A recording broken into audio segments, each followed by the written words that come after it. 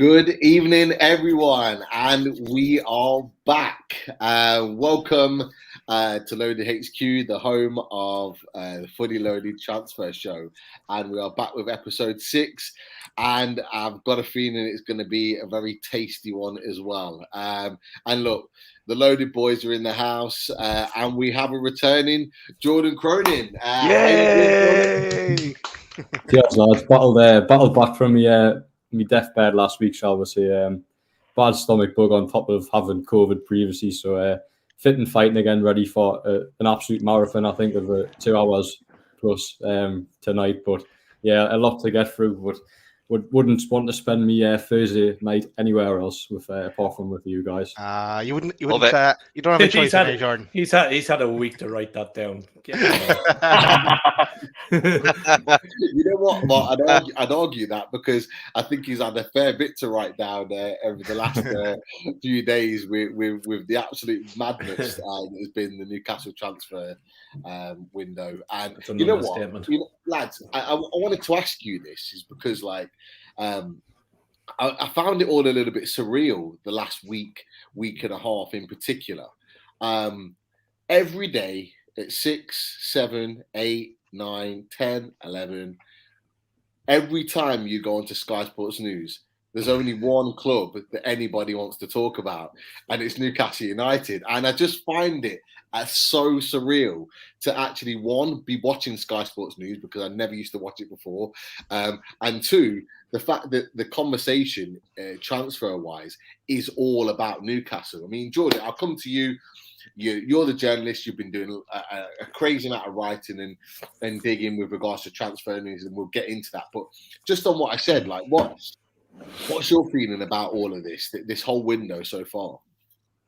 Just an absolutely bonkers transfer window. I know we sort of expected it to be this way, but given the sort of knockbacks that Newcastle have had over the last few weeks, it's became a little bit draining now. The transfer window started really well. Obviously, they got Kieran Trippier in early doors and then found a release clause in Chris Wood's contract. But ever since then, it just feels like it's been it's just really, really difficult and frustrating. Obviously, deals such as Diego Carlos, for example, where Newcastle thought or were encouraged that they could do a deal at 30 million euros, and then all of a sudden Sevilla moving the goalposts again. I'm sure we'll come on to it later, but Jesse Lingard, for example, as well, that deal, it's been a very, very difficult window to report on because, you're getting new names every day, and names ultimately that clubs are demanding ridiculous amounts of money for. So it's been a really tough window for the new owners. I know they expect it to be tough, but I think it's surprised a few people given how it's played out. It seems to be that Newcastle, as much the January transfer window has inflated price tags, but there seems to be an inflated price tag and then a price tag for Newcastle, which is about £10 million extra. But there's still 4 days left, so let's hope for some news. I do expect Newcastle to sign at least one or two more players. I don't think they'll end the window with what they've got. I think they will go and add a few more. Who they add, I don't know. It could be anyone. They've just got to sit tight, keep pushing, keep looking at alternative targets, and hopefully they'll find a breakthrough. Yeah, I have to agree with you. I've got a feeling it's going to be a mad 4 days, and I think I don't actually think we're going to realise how mad it is until we're in it. But I think there'll be a flurry of action. But boys, I just want to get your opinion. We'll start with you, Dad. Just about this last week and a half, talking about Sky, talking about us being the focal point. We are the talk of the transfer window. I saw I think it was an Arsenal fan tweet out the other day, yesterday, in fact, saying, if it wasn't for Newcastle, this transfer window would be shite. Yeah, it was a West Ham fan. Because I tweeted this morning. But yeah, and look, I used to always follow the transfer window, and in the hope that Newcastle get mentioned in some fashion, and going into transfer deadline day hoping for some kind of a miracle or a loan signing or something like that. But now. Is it getting boring yet? No, not really. It's been exhausting because you hear of a player, then you go try and do a bit of research on them, and then it's the deal is off, or the club don't agree, and then it's back on and off, and then some other names, and then there's 3 names on top of that again.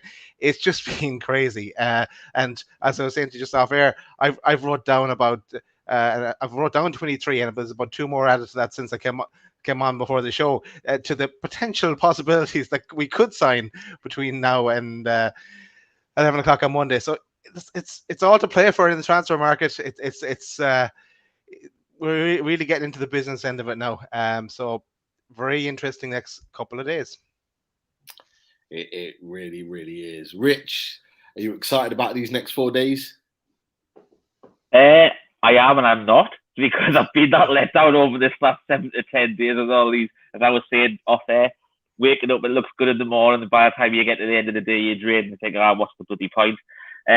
But as John mentioned earlier on, it's nice to be in this predicament rather than actually having nothing to talk about for a full month regards transfers. So I suppose I'd rather be in that one, but I don't know whether it'll be a busy 4 days or more of a busy 2 days, because obviously Premier League offices are shut over the weekend, so I imagine a lot more of the transfers will be done behind the scenes if it's the weekend, and you'll probably see Flurry tomorrow and Monday, I'd imagine. No, it's a fair point. It could be. I would imagine they'll open them up, seeing as the transfer window is about to end. Surely, Mark, you were going to say something. I was just listening to that piece from Richie. You think surely a transfer window they might have something going on other than normal hours. I mean, even Tesco open up later at special occasions. Do you know what I mean? So, of course, there are other supermarkets available, but free to sponsor us. So yeah, you'd wonder. You'd think there must be something, with regards to registrations and stuff. So, hopefully, definitely. And look, Chris, welcome back. Transfer show. You think we're gonna be active in the market? I hope we are. Similar to what Daz said. I'm. Don't get me wrong. It's nice, to say, like, I've got Sky Sports News on now, and Guimarães is actually on the screen, so my attention's distracted a little bit. But it's nice that we're in the mix. We've not seen a transfer window like this for years. I struggle to actually remember one where it's so predominantly Newcastle. But I must admit, I have found it quite draining. I am a little bit tired of it, if I'm honest, because I just want those signings. Maybe if he's had 1 or 2 extra signings, maybe I'd be geared up for it. But like you say, Pete, things are changing by the hour, and you build your hopes up, and then it's like, Yeah. And then, like, Sky Sports themselves, they've come out and said, fees agreed and everything, and then, like, a couple of hours later, it's like, so just need to try and finalize the deal, and there's been a few hiccups and stuff, and you're just like, so I am enjoying it, but come the 1st of February, and we know what we've got and what we're going into the rest of the season with, I think a month's long enough for me.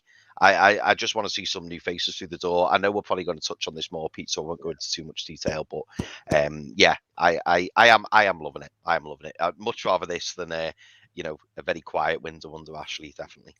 And I think you're absolutely right. And Mark, I'm sure you'll agree with this.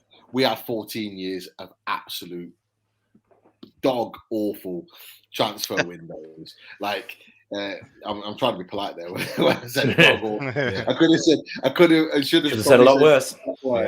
But look, we've been through some horrible transfer windows. We're at the point now where we're the talk of the tune, should I say, or the talk of the Premier League in terms of what we're doing. Surely we've got to be loving this. Surely. I think kind of like Chris, it's one of those things. I mean, for me, the window's probably is slightly disappointing.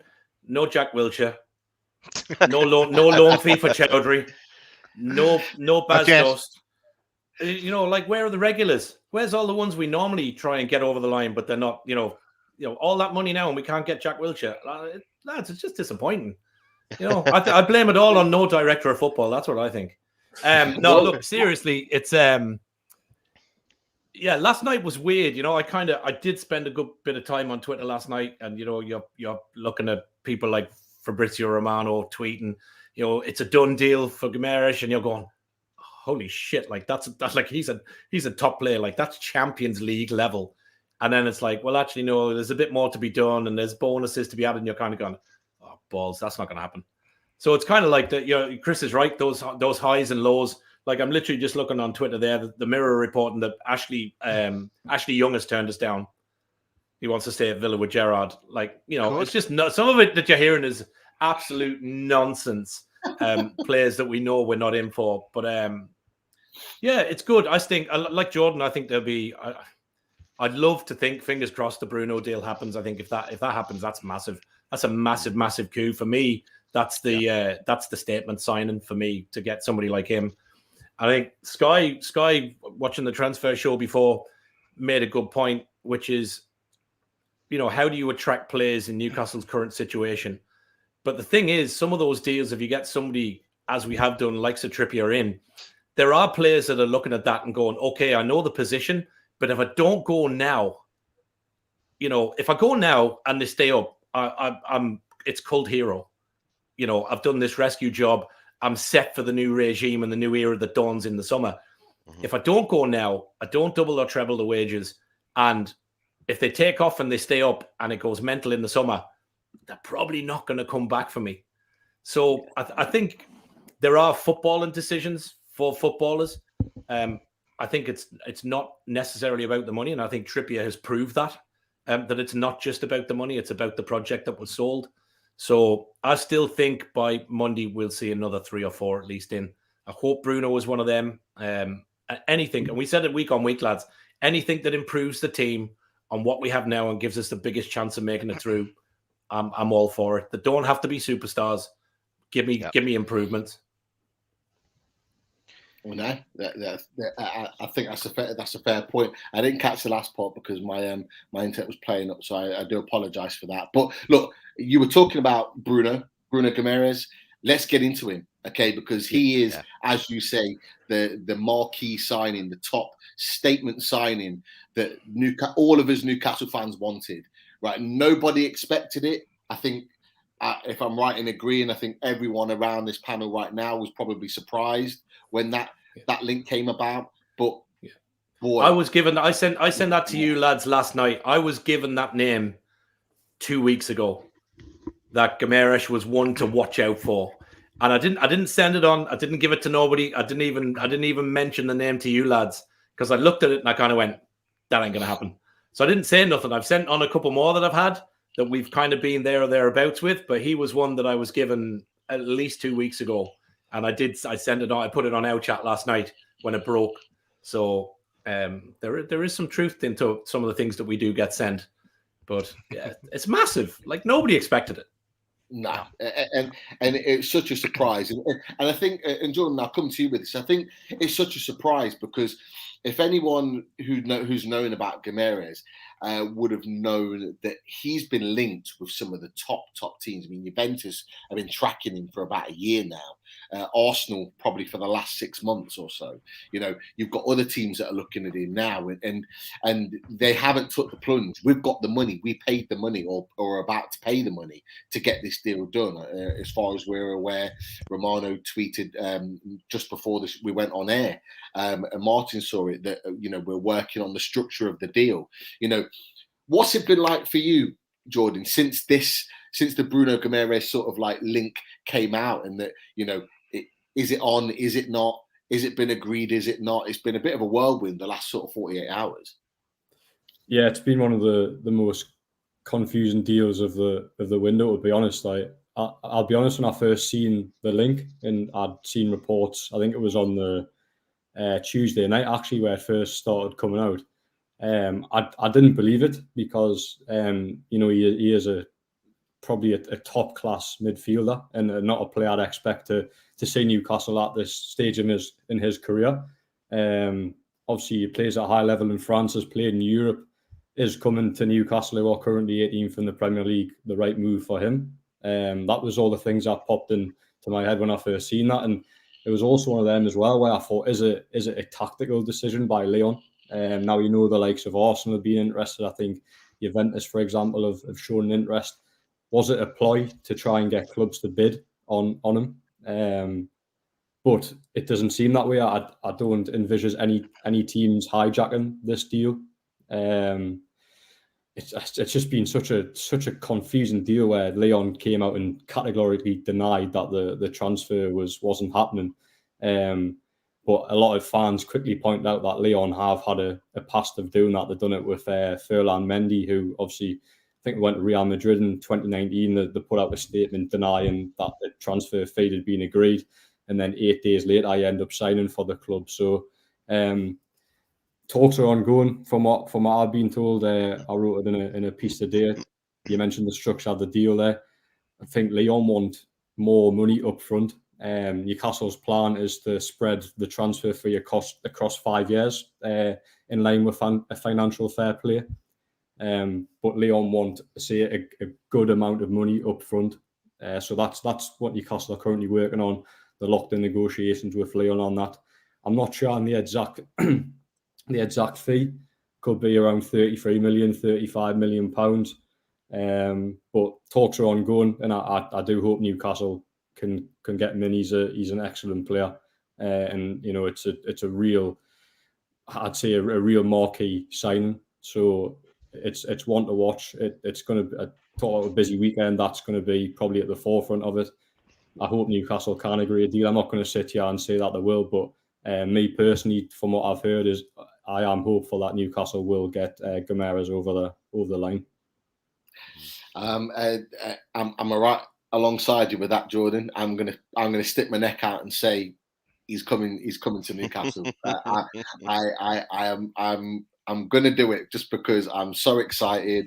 I might have egg on my face at some point, but I don't care because of the caliber of player. Chris, I'm gonna come to you because interestingly, we were talking on the Leeds reaction show as well as the Watford reaction show. And the one thing that you said to all of us is that we needed to strengthen the midfield. The midfield needed to be stronger. We needed better quality in that midfield. Bruno's the man, surely.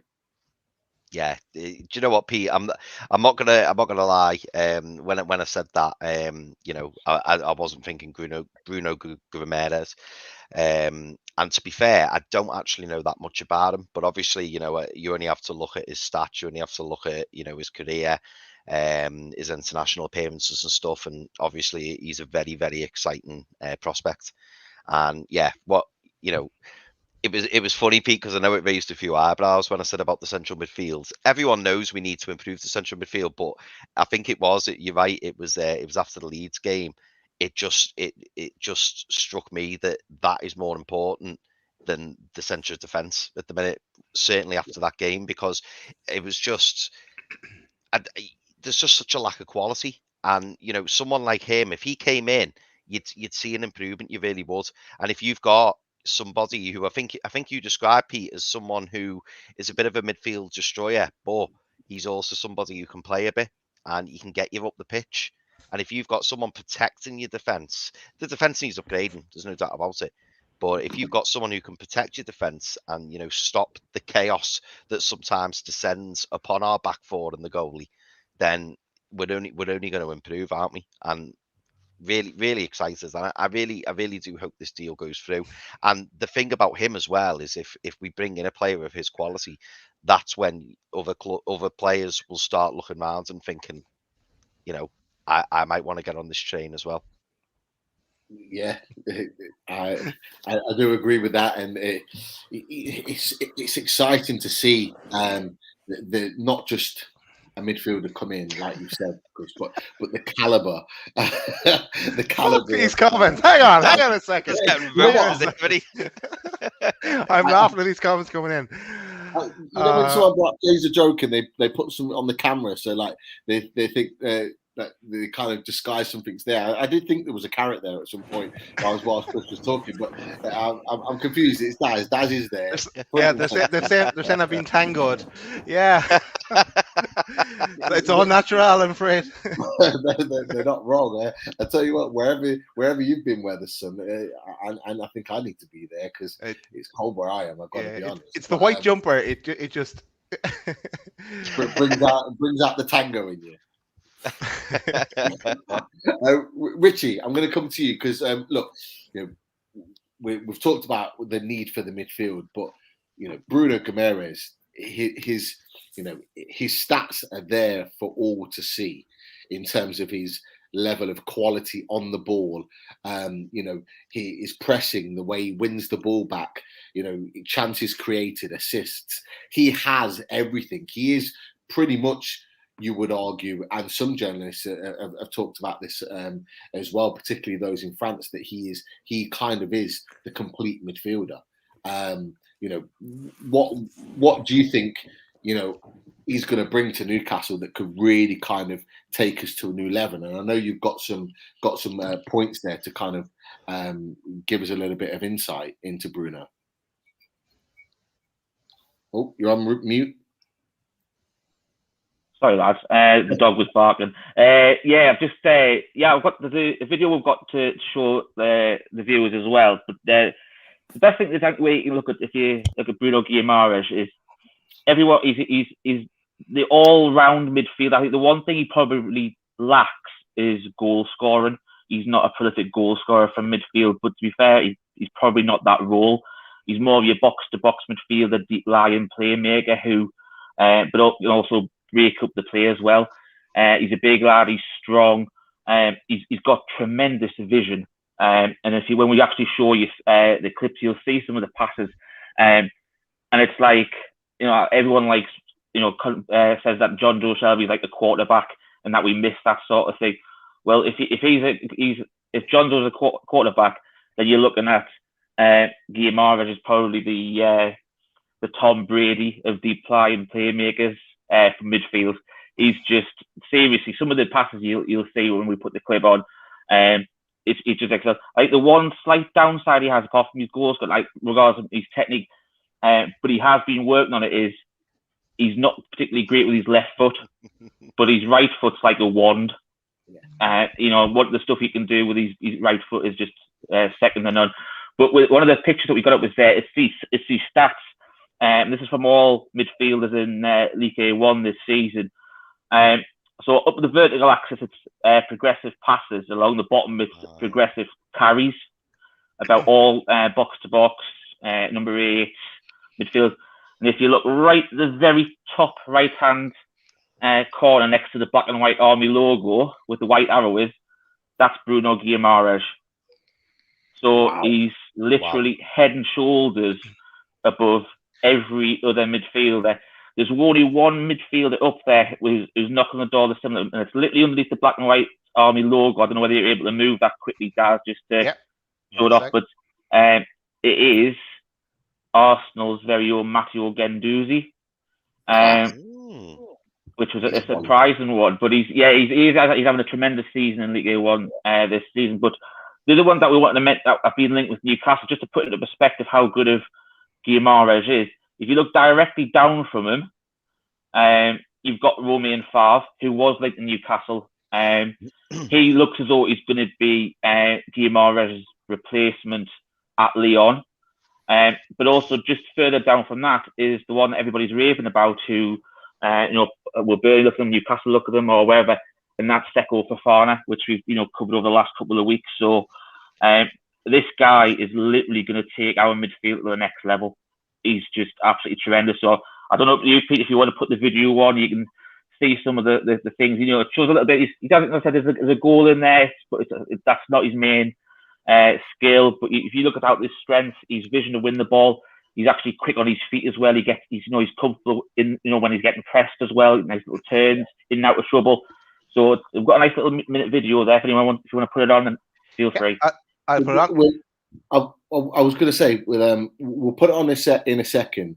I just wanted to make the point because you've made a really good point, and it goes back to obviously the full transfer shows that you've talked about a couple of players there, and you've talked about the direct, not necessarily the direct replacement, but a player that Lyon are looking to trying to bring in at the moment in Romain Favre. We brought him to you via Lee Davy, the French Eurosport and Ligue 1 journalist and writer. And And yeah, it's looking like there's that little merry-go-round going on in that, in order for Guimaraes to come out, they need to get someone in, maybe not like for like, but another midfielder that can come in and have the same type of or similar type of creativity. So it's really interesting there. But I think what's a really good point there is that if you look at the players that you've just mentioned, Romain Favre, Seko Fofana, they're all the type of players that we've been quite heavily linked with in this window. And what that tells you now is that Newcastle United are not going for the bargain basement players anymore. Is that they're going for the players that actually are being touted as some of the top players in their respective leagues. And Romain Favre, although he's not a highly profile club in Brest, and Seko Fofana, equally not at Lens, are the best of their league, and we're in for them. And Bruno Guimaraes is another example of the quality player that we are looking at. The one thing I wanted to say about this, about everything, because it has been frustrating with this window, we've all said it, is that the one thing that I'll say is that in order to get the very best players, and hopefully he's wearing one of them very soon in Guimaraes, is that to get the best players, you have to do hard negotiations. The best player deals are never, ever straightforward. There's always going to be difficulties. And I think that as Newcastle fans, we need to remember that. And it was a really, really interesting point with the stats that you brought up. We also talked about Guendouzi.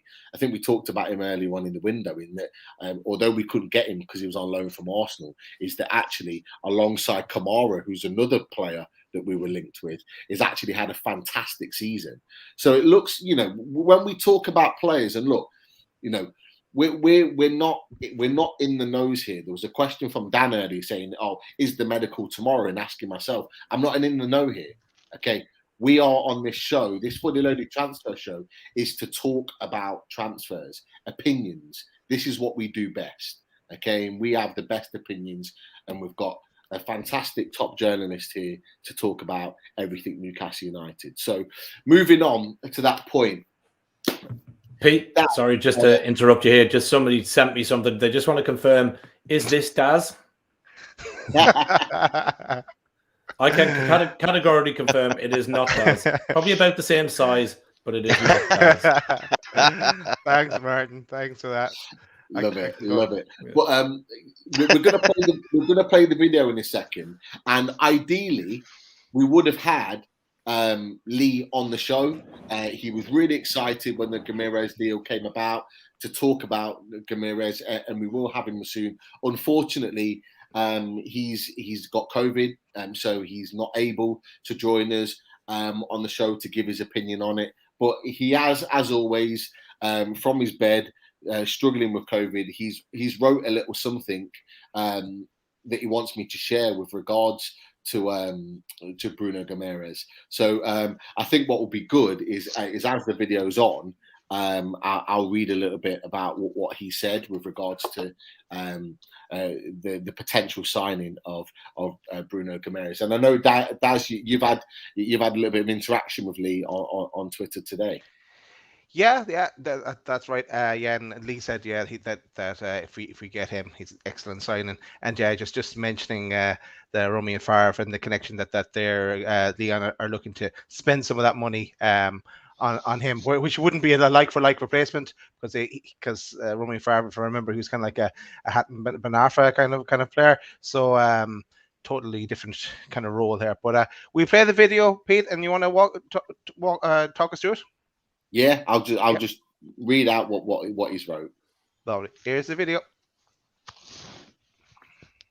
Okay, Bruno Guimaraes is an excellent midfielder, and if Newcastle get the deal over the line, not only are they getting someone who is immediately better than anything their midfield is at present, but a player who will only get better and better. He's in the midst of breaking into the Brazil national side right now, and is by far Leon's most important player, offering excellent short and long range passing, vision, assists, and a real ability on the ball. For anyone that's not seen his performance and assist against PSG on the 9th of January, go check that one out. Despite only signing for Lyon in January 2020, he's already played in the Champions League, including a quarter-final 3-1 win against Man City in the final 8 in Lisbon. This season, Guimaraes has been the bright spark in what's been a dire season for Lyon, forming a solid midfield pairing with Maxent Cacquet and providing a great link up with Lucas Paqueta. Guimaraes would offer so much to Newcastle and is the type of midfielder any top club would want. At 24 years old, he has his best years ahead of him, and if a deal can be done at the muted price of around 30 million, it would be an absolute steal. The only question mark would be his adaptation to the hard-fought relegation strap. He'll either sink or swim, but whichever way he goes, Newcastle will see the very best in him in no time. He adapted very quickly to European football with Lyon after leaving Brazil. So he'll handle the physical side of the Premier League. There's no question about that, without any issues. And the French league is just as physical. But it's the pace of the Premier League which will be his biggest challenge. If he nails that, he'll be absolutely fine. So that's just a little something from Lee, just to give you a little taster of what is potentially to come. And at some point we'll have Leon to talk about it himself, because he really wants to share it with us loaded lads, with Jordan, and obviously with everyone else in the chat. Just how good Bruno Guimaraes is. So that's just a little taster there of what is potentially to come. Cool. Pete, maybe now is a good time just to remind people as well, just to hit that subscribe button as we march on towards 3K. It's the bottom right-hand corner, red button there. Hit that subscribe button, and I'm sure you've already hit the like button. If you could do that as well, it'll help us grow. Definitely. And we've got lots of members in the chat tonight. So if you feel like you want to come and join us, come and be a member of Team Loaded, just click that button, become a member. We'll put the pics up on how to do that. There it is, right on cue. Daz, top man. Click the join button and become a member tonight. Right, so it's a case of wait and see. We're waiting to see how that deal progresses, and you know what? We're going to be right alongside you guys in the days to come with regards to this deal as it breaks, and I'm really looking forward to this. But we're going to get on to another player now, because Guimaraes is not the only one that we're looking at. We've been linked with a number of players, and look. Some may say it's not really a problem area of the team, or an area that in some cases some fans have talked about that we don't even really need to sign in. But the left back area has become an area where we're actually sourcing players and scouting players to really potentially do the deal. And we've been linked with a lot of left backs at the moment. It started in the window with Luke Dean, although I think that one was presented to us more than was scouting them out. But more recently, Michel Bakker has come onto the scene, and there was is it on, is it off moment a few days ago with regards to Bayer Leverkusen. But it looks like, and Jordan, I'll come back to you again to start with.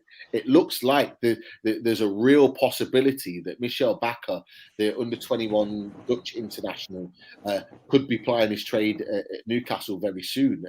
Look, mooted potentially 16 million deal. Talks that he wants to come to the club and that he's interested. What can you tell us from what you know, Jordan, so far?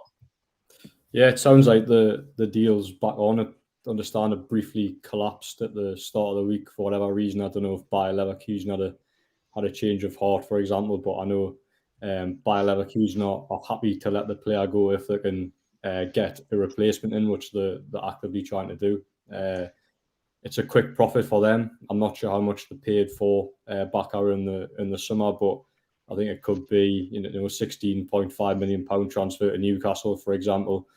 Maybe an £8 million profit, so a quick profit for them, and they can go and spend that money on someone else. I think at this stage it's probably more likely the deal to happen than not. I think it is a position that Newcastle need to strengthen. I'm a big Jamal Lewis fan, but I just think if he gets injured, then the backup options do worry me. Matt Ritchie is nowhere near a fullback. Defensively, so many questions around him. Paul Dummett, I really, really rate Paul Dummett. I think he's excellent.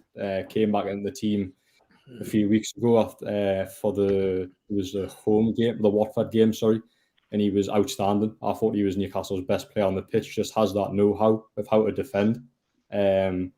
Isn't the best going forward, but provided that little bit of protection for St. Maxim to try and strut his stuff. St. Maxim didn't have to worry about tracking back because Paul Dummett was well positioned and put in plenty of interceptions and sliding tackles. But the problem with Dummett is his fitness at the moment. He's had a torrid time with injuries. A calf injury has worried him or bugged him since the summer. Has only just recently returned. Obviously broke down against Leeds due to fatigue. So if you take, if Jamal Lewis is injured, Paul Dummett potentially set for another spell on the sidelines as well. Matt Ritchie defensively very questionable. Then it's a position that needs filled. And as I say, I think it's a deal that could get over the line before Monday. Yeah, it's an interesting deal. Mark, I'll come to you. As Jordan just mentioned, talked about Paul Dummett. We've got Paul Dummett, we've got Jamal Lewis. Do we need another left back, in your opinion? I suppose it's probably, we probably need the backup. I think I kind of take Jordan's point, but is it necessarily more of a priority than a centre back for me? Probably not. But then, having said that, you look at the game against Leeds and the injuries we had. Dummett got injured. Lewis is kind of coming back from a hamstring. Different bits and pieces. Like, again, we still seem to have at the club these little niggly muscle injuries that we keep getting. Wilson, Lewis, McQueen was out for a while. Ritchie, something's still not quite right on that front for me. So for 16 million, 21 Dutch international, yeah, look, it's a great deal. I think he'll fit in well. Definitely, as Jordan said, I think probably a deal likely to happen. So yeah, are you really going to lose out? You get 2 years out of him, maybe 3. There's still sell-on value. Again, it probably fits in with where they want to go. And he wants to come. So again, for me, the important thing with these players is I only want players that want to come to the club, that are prepared to fight, that improve the team. I'm not interested in anything else. So if it improves the team and he wants to come and he wants to wear his heart on the sleeve and battle for that black and white jersey, then yeah, bring the lad in. No, I think it's a great point. And Chris, Mark's made a really good point there with regards to Dummett, and he made it. I don't even know if Mark meant to make this point where he said, "Probably not." I bet it does. Definitely not. For if it's good, I'm claiming it. You made it. You made a point by saying, backup. It would be good backup. At 16 million coming in from Leverkusen, Chris, is he going to want to be back up? Is he going to be demanding that he starts every game? Because I think if that was me, I think I would be. What do you think? I think he's probably going to come into the club, Pete, thinking that there's an opportunity for him to stake his claim as being the first choice left back. I mean, when Martin spoke then about Dummett and the likes of Manquillo and Ritchie, like Jordan said, Ritchie can never play left back again for Newcastle. I just don't think he can. I really like Ritchie as a player. I like him as a personality. I think he's a leader. But I think his time at the club's done, sadly. I really like him. But if as we've all said over the past 12, 18 months, he's obviously not trusted to play in midfield anymore because his legs are gone. And that doesn't necessarily mean that we'll just stick him in left back or right back. So I don't think we can play him there anymore. Yeah, exactly. You can't just fit players in for the sake of it. So I think unfortunately his time's up. Paul Dummett, as I'm sure all you lads will agree, and people in the chat will agree, fantastic utility player. I do believe his best position is left centre back. Even in a 4 at centre back, I think he does a job. And I'd like to keep hold of him. And I always use this example, but like if we've got a cup game against lower league opposition, I know it's probably a sore point at the moment, but in times to come, if we played Dummett left back, I wouldn't have a problem with it. But he shouldn't be anywhere near the first team at left back, Paul Dummett. I don't think he offers anything going forward, and that's the trouble. Defensively, I'm happy with him. But I don't think he offers enough. And as we all know, the game's evolved, and especially under Eddie Howe, I think the way that he wants his fullbacks to play, Paul Dummett's not going to be up to that. We saw Javier Manquillo come on against Leeds in a forced substitution at left back, which obviously saw Paul Dummett go to left centre back. And I thought they both did fantastically well, especially Manquillo. And this goes back, lads, to why I said, even before the takeover, players like Manquillo are great to have in the squad. Do I want him in the starting 11 every week? No. But if you've got a player of his quality within your squad and he's happy to be there and he's a professional, he doesn't kick up a fuss, you should hang on to players like that, because he can be out for ages injured or not selected, and he comes in and he puts in a performance like that, and really, really, really good. But to go back to Bacher, he's the right age. You don't end up at PSG by accident. He's then gone to Germany, and he's obviously done really well at Germany too. And I know I shouldn't say this, but he, as we all know, and I think we've said before, Dutch international under 21. Similar to another player who we've been linked with. So for me, I think bring him in. I think him and Jamal Lewis fighting for the first choice left back position, it's great. And Martin made a fantastic point at the end there when he said, if in 2 or 3 years' time we think, right, we need an upgrade, you're going to get the majority, if not more, than the money that you pay for them. So I think it's a no-brainer. It's right that left back isn't really seen as a problem position, certainly from now till the end of the season. But if an opportunity comes up and it's a player that the consortium are really keen on and Eddie Howe's keen on, then I'm all for it. Let's just bring him in. Yeah, definitely. Look, he's had good pedigree, Richie. Good pedigree at PSG. Thomas Tuchel, when he was there at PSG, actually favoured him in that left back spot instead of Kurzawa, who he's just been left to rot now at PSG, and really rated him as a young left back. Pochettino didn't fancy Bakker as much, and obviously then left in the summer. Surely that's enough pedigree that if that type of manager in Thomas Tuchel it can see quality in him, then surely that's a great bit of business for us to get him at 21 years old. Yeah, I think Tuchel's got an eye for a player he had when he was in Germany. He was at Dortmund, obviously the same when he was at PSG as well. I think one of the interesting things I heard on today was a Dutch journalist talked about Bakker, and he was saying if you want a natural comparison to him, Newcastle have got a perfect comparison in our new right back. He's pretty much a left back version of Kieran Trippier.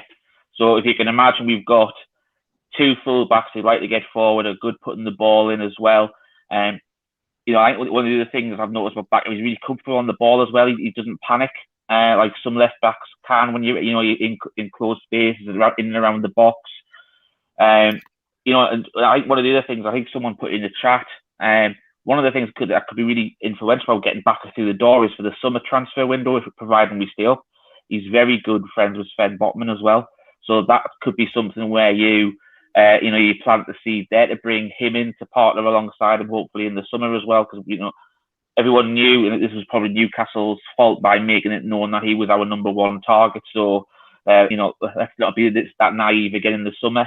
But I think for the money that you're looking for, 15, 60 million euros when they paid 7 million euros for him in the summer, they've pretty much made double his money.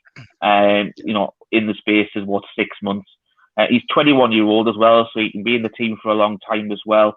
And he's got some height to him as well, 6'1" for a fullback as well. So we're adding height to the team as well, because sometimes we don't really have a lot of natural height in and around the team. So with him, another centre back that we've been linked with today, which we're going to talk about later on, is looking to add height to the team as well. So it's definitely something they've known as a possible weakness in our back line. So yeah, I think it'd be a fantastic addition. So yeah, just get him in. Definitely. Daz, are you worried about the potential £16 million price tag that we're looking to pay for him?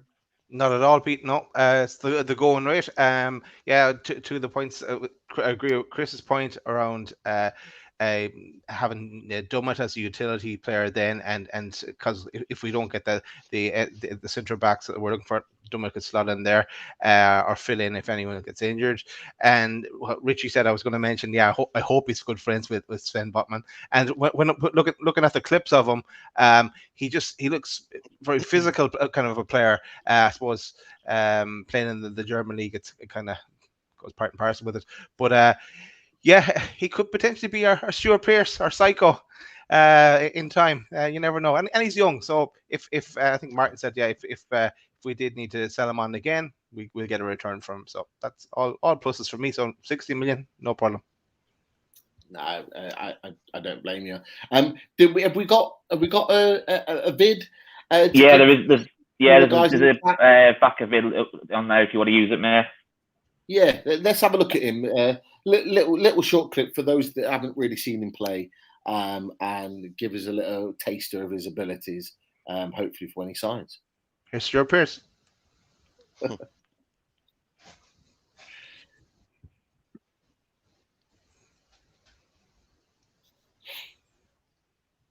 Likes to tackle. I like that. Yeah. He looks well taller than 6'1", doesn't he? He really does. He does. And you know what? That's really interesting, guys, because it looks like, and we'll talk about one of the other links in a second, but it looks like we're adding some height to the team. Yeah, that's what you're saying. That's critical, especially with the fact that Eddie Howe likes to play set piece type football as well. He likes to be dangerous from set pieces. One thing, Pete, that Lee said about him, I remember from his videos previously, he said that he's not great at crossing. So that was one of his weaknesses. But we'll see.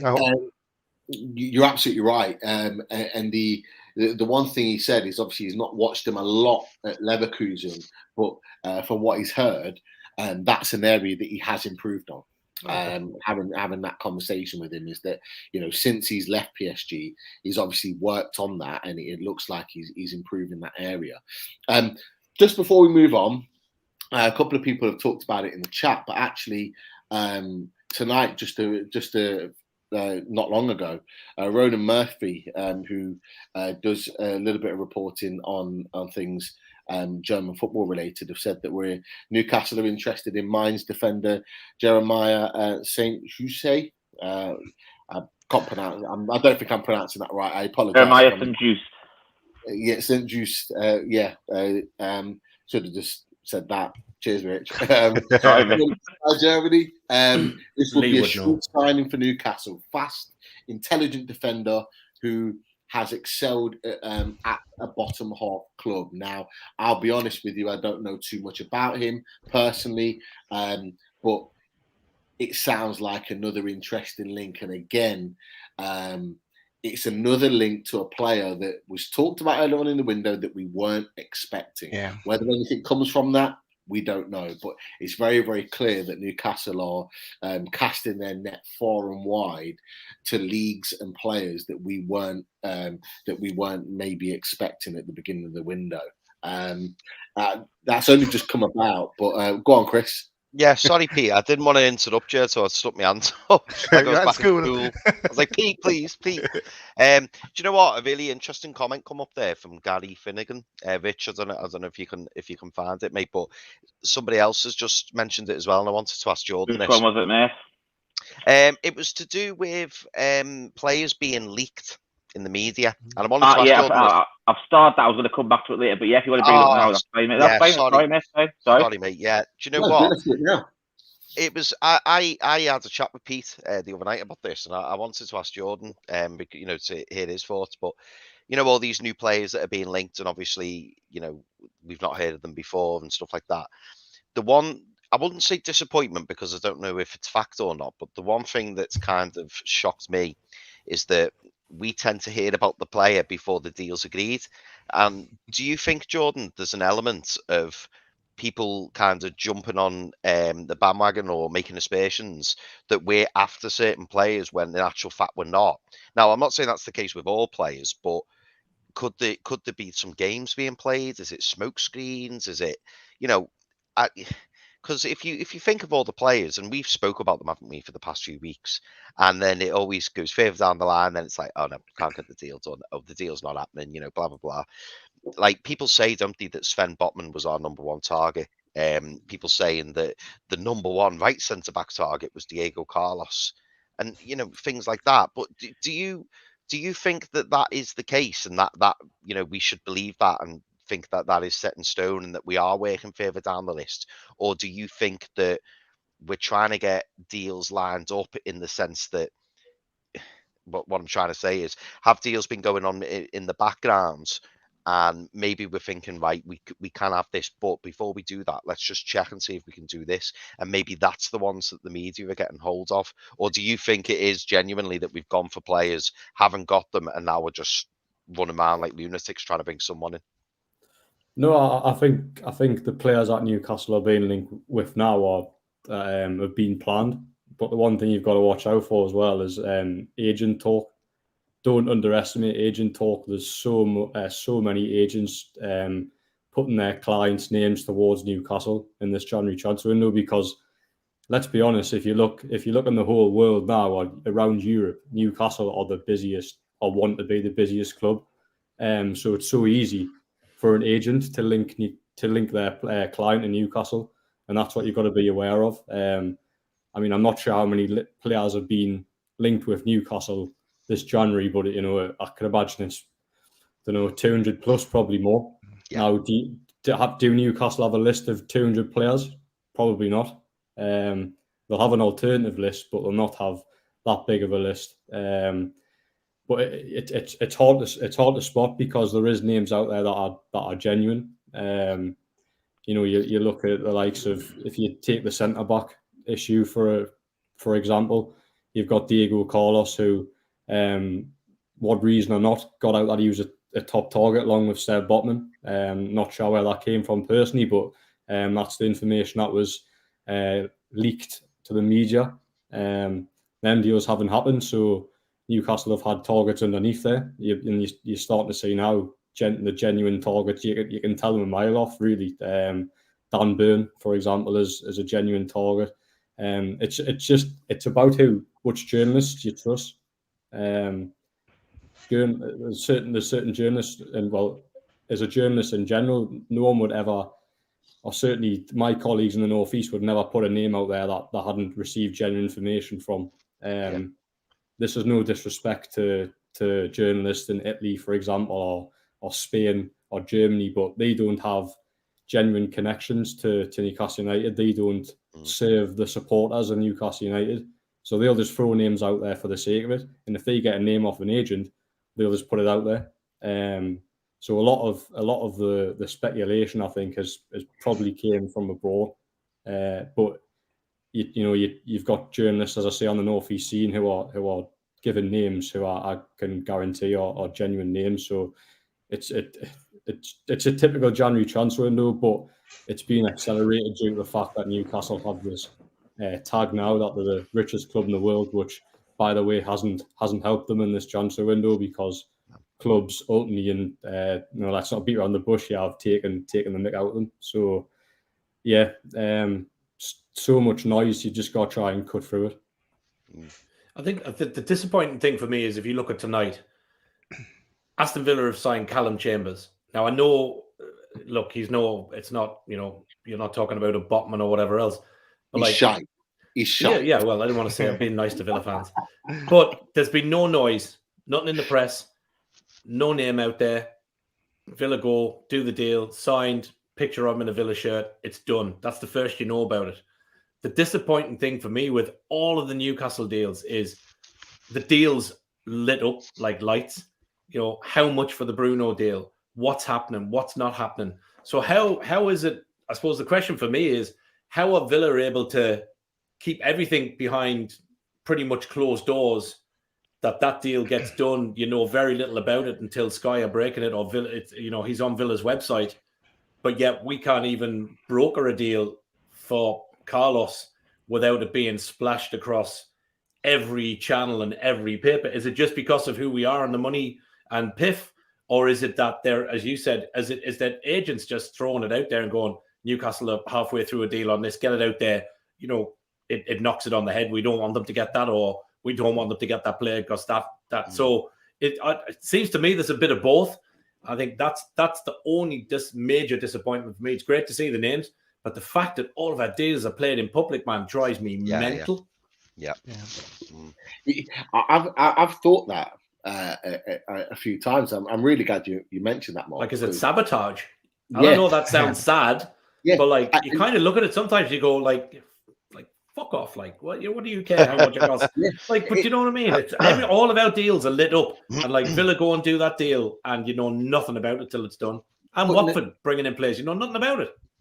But even to the point where I'm probably wrong in thinking this, and I hope for the love of football that I'm wrong in this. But I've even thought, say for example, the Sven Botman deal. We've been talking about this right from before the window opened.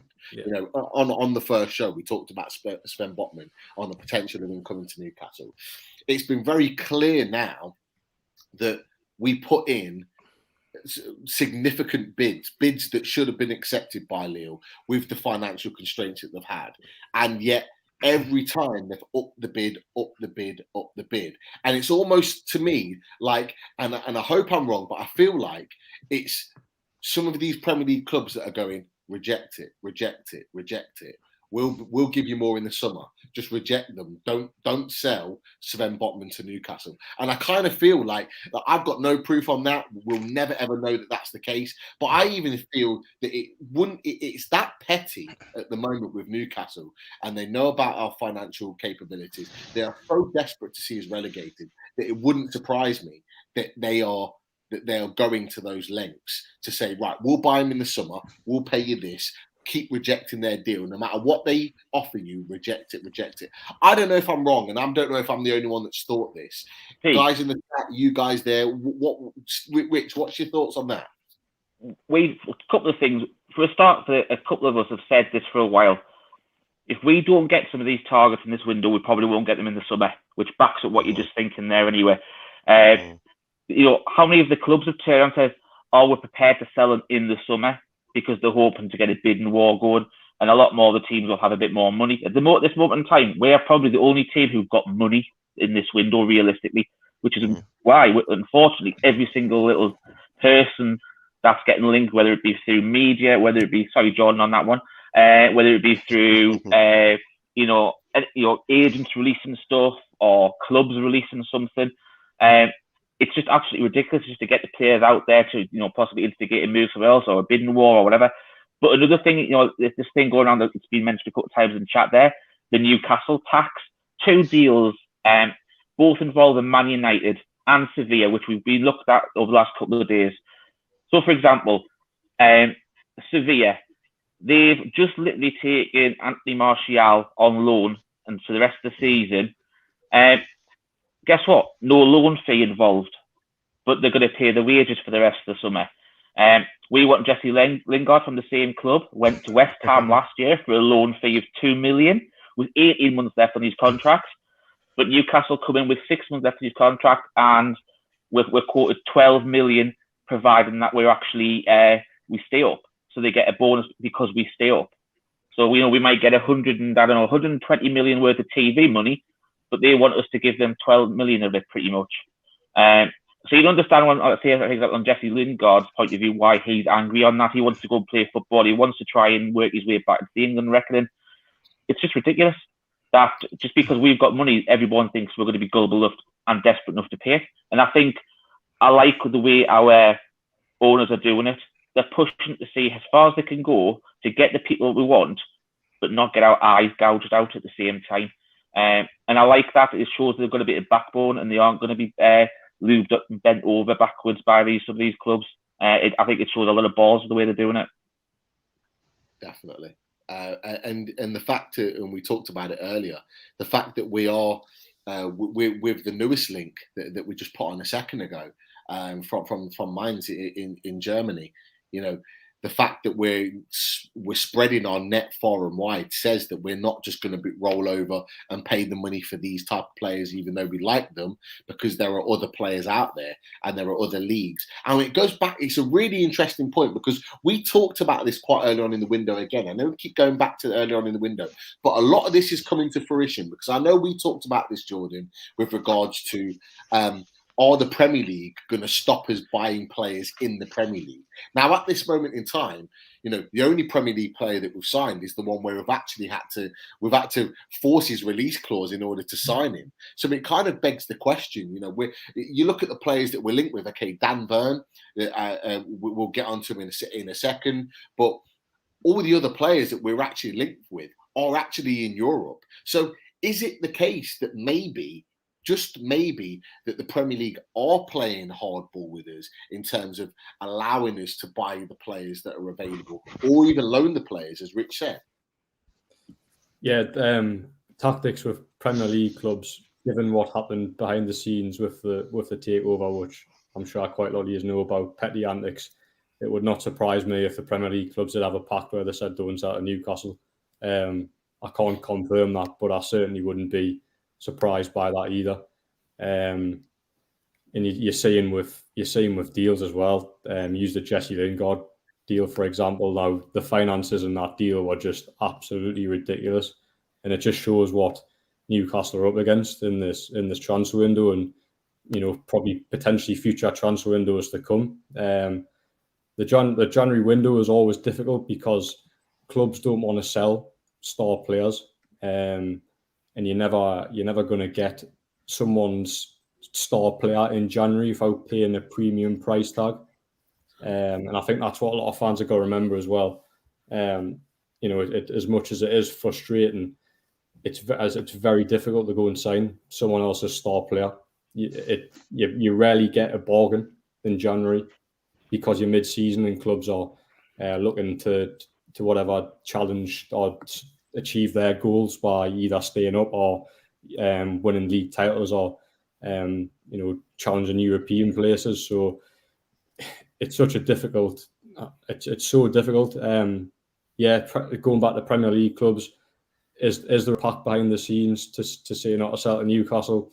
I wouldn't be surprised. We all seen the antics of the top six during the takeover. They didn't want Newcastle United takeover to go through because of the financial power that would bring.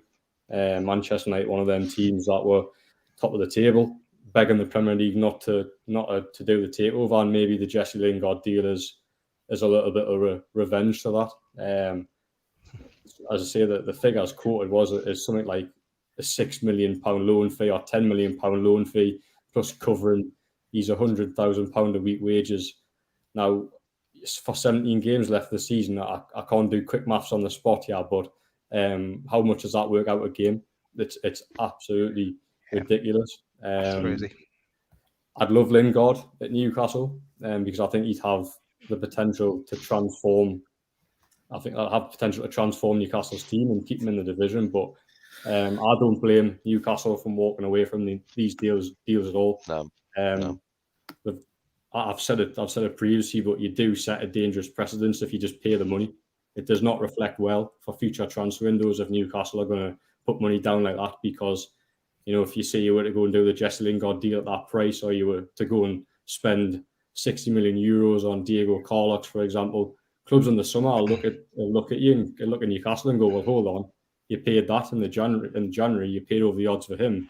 Why won't you do it for us? So what Newcastle have done in this transfer window, as much as it has been frustrating, is they've actually been quite shrewd, and they've showed a bit of backbone to walk away from deals. It might cost them. It might cost them in terms of getting relegated, but sometimes you just have to take risks. And I'm fully on board with Newcastle not spending ridiculous money on paying inflated price tags. I still back them to go and sign a few players before the end of the window. Just have to wait and see what happens. But No, it's been a very tough month, hasn't it? But it's not over yet. Let's not all be doom and gloom about it. I think you definitely have to be seen not to have your pants taken down. Yeah, 100%. Because it does nothing. And if we do go out and you go, okay, we'll spend 60 here, we'll try for Darwin Núñez and spend another 50. That's 110. It is going to impact on the summer. And if whether we go up or whether we stay up or whether we go down, let's just say the worst happens and we do bring players in, but we do go down. They're going to want to spend more money to get that team back up because they're not going to want to be down in the championship for any more than the season. So if we blow all of it now, as much as it's frustrating, again, you're going to have a summer window where they're going to want to strengthen massively, which is really where they want to. I would imagine, I'm not a business person or them, but I would imagine really as much as what they're bringing in now, that summer window, if the club stays up, is really where they'll want to flex the muscles and go, right, now we mean business. So I'm glad. Listen, if we don't get some of the players, we don't get Carlos, I'm happy enough for, Maydad and Jamie Rubin, whoever else is working on it. And you can moan and bitch about not having a director of football. These are still clever business people. Yeah, amongst them all. And I don't know any of them. But I think fair balls to them. If they're walking away and they're not going to get their pants pulled down, I'm happy enough with that. And if we suffer the consequences, I'm happy with that because I know it'll be different in the future. So let it rock on. Jordan, I don't think. Oh, sorry, Daz. I was just going to say, just to add on to that, I don't think we can blame the director of football too much on the lack of a director of football. It's a nonsense answer. Yeah, because that would be the case if we got to the end of the window and we said, "Oh, why haven't you signed anyone? Oh, we didn't know who to buy." Then you could blame not having a director of football. But obviously, we've got our targets. We know who we want, and arguably, some would say that they would rather have the likes of Amanda and people like that doing these financial deals, because if they can do really complex, difficult deals, whether it's football, anything, then they should be able to do this deal because they'll be used to doing negotiations. So I agree with you, Marth. I think that, we shouldn't, excuse the expression, but get bent over, because if that happens, we're setting a precedent, and then for future windows, it's going to get worse and worse and worse, because people will think, oh, they'll crumble in the end, or they'll fold. Just keep being adamant. Just say you want this, say you want that. All right, we might miss out on players that we want, but ultimately, if you end up going for number 2, 3, 4 on the list, who's to say that we can't go back for those players in the summer or the following season and keep an eye on them? There's no reason why we can't do that. Sorry, Daz, go on, mate. No, you're grand, Chris. Question for Jordan. I was watching the transfer show at lunchtime today, and they were, and it's linked to Lingard, and they just kind of mentioned this, and just wondered, did you hear anything about this in regards to Lingard? This Webster rule, and then I did a quick Google. I sent it on to the lads in the chat. No one came back to me, lads. No one answered me. But Article 7. Article 17 specifically, it states that any player who signed a contract before the age of 28 can buy himself out of the contract 3 years after the deal was signed. If he is 28 or older, the time limit is shortened to 2 years. So is that something that potentially Lingard could do if he was really pissed off? Man, I know he's been there all his life, so he's probably not going to screw them over like that. But he could buy himself out of the deal. It might be cheaper for us to give him that money to do so, or something, some kind of a deal like that. Pay him his bonus to cover that if you really wanted to come to us. But then, as I said in the WhatsApp to the lads, he may actually end up going to West Ham if he tried to do something like that. But did you hear anything about it, Jordan? No, and I don't think that would happen. The player is keen to come on loan because it's 6 months, and then he's free to do whatever he wants in the summer. And as you quite rightly mentioned there, if for example he was to buy out his contract, you'd probably see him go to a West Ham or a Tottenham. Because from what I've been told, Lingard's really, really keen to sign for a London club. That's why the deal for Lingard has been difficult at Manchester United, because Newcastle could easily do a permanent deal or try to do a permanent deal with Manchester United.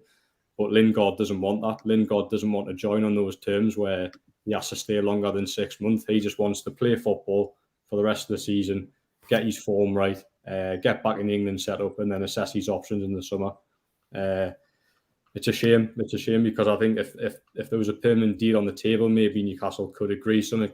The loan deal is just being mental. Say some of the figures quoted has just been absolutely ridiculous, and it's quite frankly, and being brutally honest, has taken the piss out of Newcastle.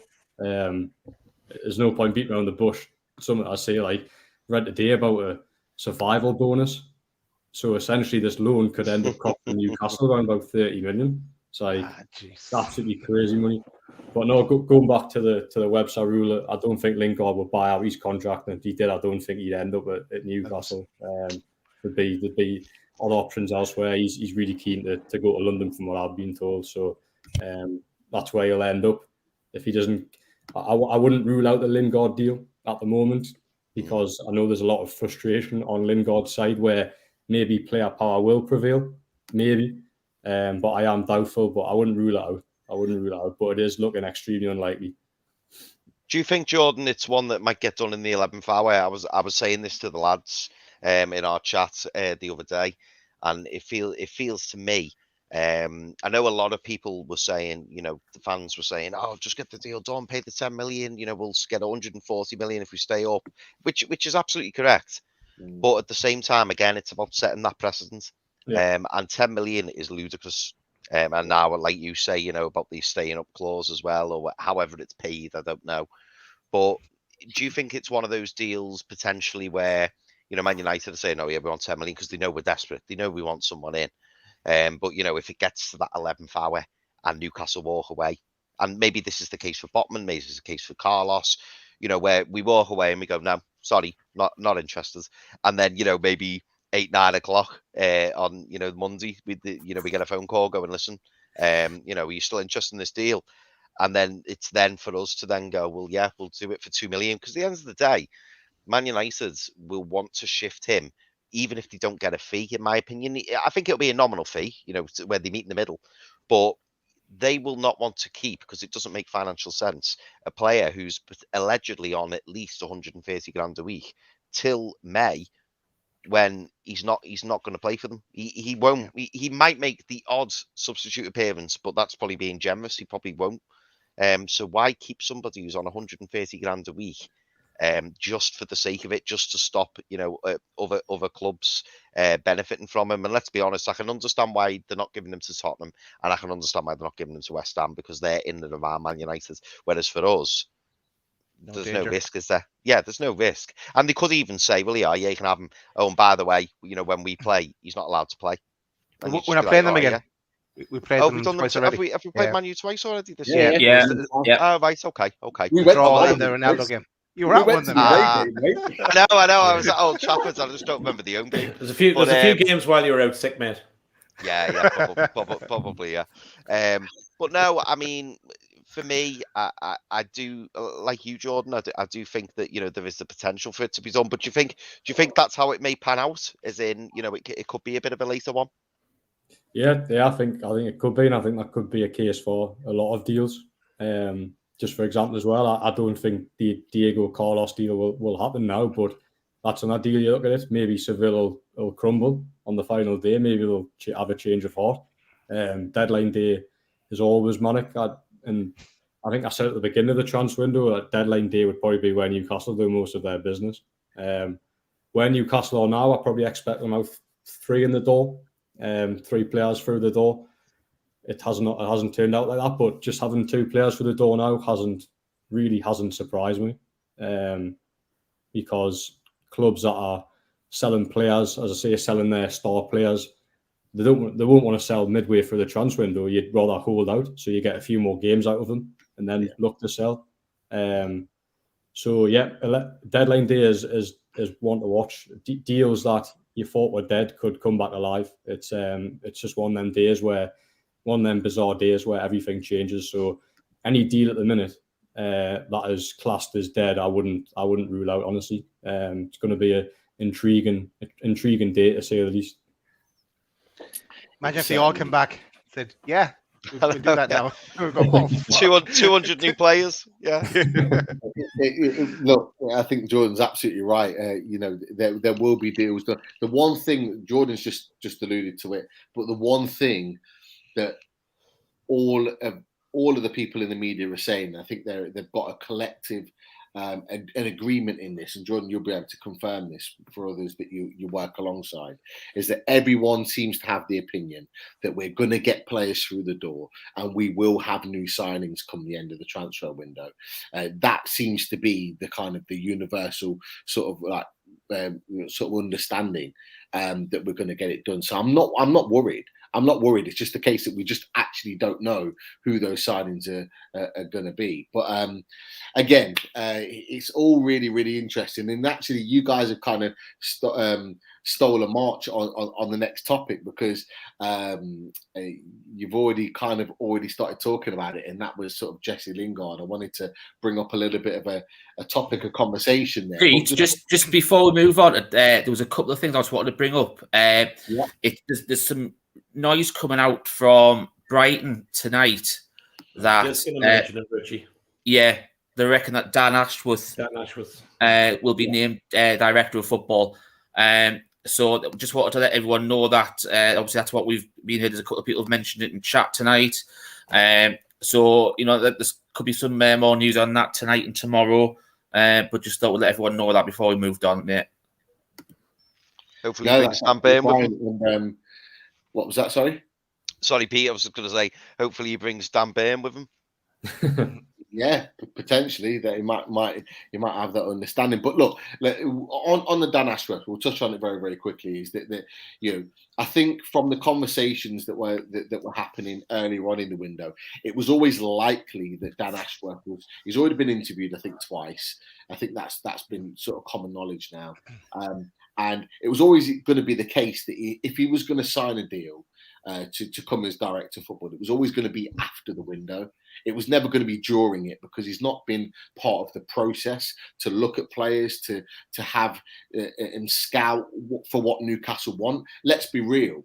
What Brighton are looking for in terms of players are not going to be the same caliber or the same level of players as what Newcastle in the future will be looking for. And he needs to be a part of that, and he needs to see the vision, and he needs to be part of that scouting process, and as well as building up the club from within. So I fully expected that deal to happen in sort of February, March time, and then it gives him a good few months between now and the end of the season to really kind of plan ahead and get his feet under the table. Is that kind of your opinion, Jordan, from that point of view? Yeah, it'll be an extremely great appointment if he is to come in. He's been interviewed a couple of times for the technical director role. But the thing I was told is he wasn't the only candidate that was being interviewed for it. He was one of several people that be interviewed for it. So him coming in is not something I've heard yet. But if it is true, then I mean you can't really get better than him in terms of progress over the last sort of 5 years, from what he's done what he's done with England. Built an excellent project with Brighton alongside Graham Potter. So has that experience of building something, building an identity. So I'd be absolutely over the moon with that. But what I will say is Dan Ashworth could come in as a technical director, but Newcastle still want a director of football as well. So you'll have two boardroom changes, two boardroom appointments. So if Dan Ashworth is to come in, then I'd suspect the director of football might be a director of football announcement might be just around the corner as well. So yeah, just wait and see on that one. Okay. Just so you know, obviously with Jordan's kind of bit of information there, that there could be a technical director and a director of football. If anyone in the chat puts Rafa Benitez, you completely get blocked straight away. I wish I had done a mark and put "we don't talk about Rafa." I think I might do that for the next show. But yeah, and enough of that conversation, because you know my opinions on it, and we won't get into it now. Jason Burt from Telegraph tweeted out not too long ago, no offer from Newcastle United for West Ham centre-half Issa Diop. We were linked with him earlier on in the window, but I think there was a few noises that we may have put a bid in today, but he has squashed those rumours. So still lots of movement from players that haven't been talked about for 3 weeks, but all of a sudden get brought up, and it's going to be silly season. And you know what? I love it. I'm just glad we're a part of it, and it's not going to stop. And I'm sure we'll get onto that conversation in a second. But we're going to move on because you've already kind of had the conversation. Rich touched on it. Jordan touched on it. Jesse Lingard. Okay, Jordan, you've already had your opinion on Jesse Lingard with regards to the deal. I just wanted to ask you guys the question, and obviously, Jordan, you've already answered this, but the potential of it being in and around, forget what happens if we stay in the Premier League, of it being around a £15 million sort of loan deal-ish to get that deal done. I just wanted to get your opinions around the table, really. Is that a deal that's too expensive? Would you take that deal, or would you kind of step away from getting Jesse Lingard in the club? Daz, what are your thoughts about that? For 15 million, I think it's too expensive. For a loan deal for 17 games or something like that. So that's like $1 million a game. But I heard talk of 10 million or there maybe at the start of the week, but I think if they could meet them somewhere in the middle as we get closer to deadline day, I think as Jordan said, and I think Chris said it as well, that there has to be some kind of sorry, Daz. Who are you waving at? I was just waving. There has been a little bit, I think, of breaking news. Oh, hang on. Oh, Daz, get it up, mate. Wait. The Tango lad was not Daz. Yeah, so TalkSport are breaking news now that Newcastle complete deal to sign Lyon midfielder Bruno Guimaraes. They've just tweeted it out 22 minutes past 9. One of the top guys on the Geordies Down South chat, Emeka, has just tweeted it out to say that is what TalkSport are reporting. As we can say, it's not guaranteed, but people's opinions on TalkSport are people's opinions. But they are the first to tweet out that the deal has been agreed. So we'll definitely watch that one with anticipation and excitement. Jordan, your phone might pop off in a minute, so if it does, I completely understand if that's the case. But yeah, Pete, that's what to watch. Sorry, I get to use one of my posters. Yes, this is a big thing for me. I've been doing all those posters. So here we go.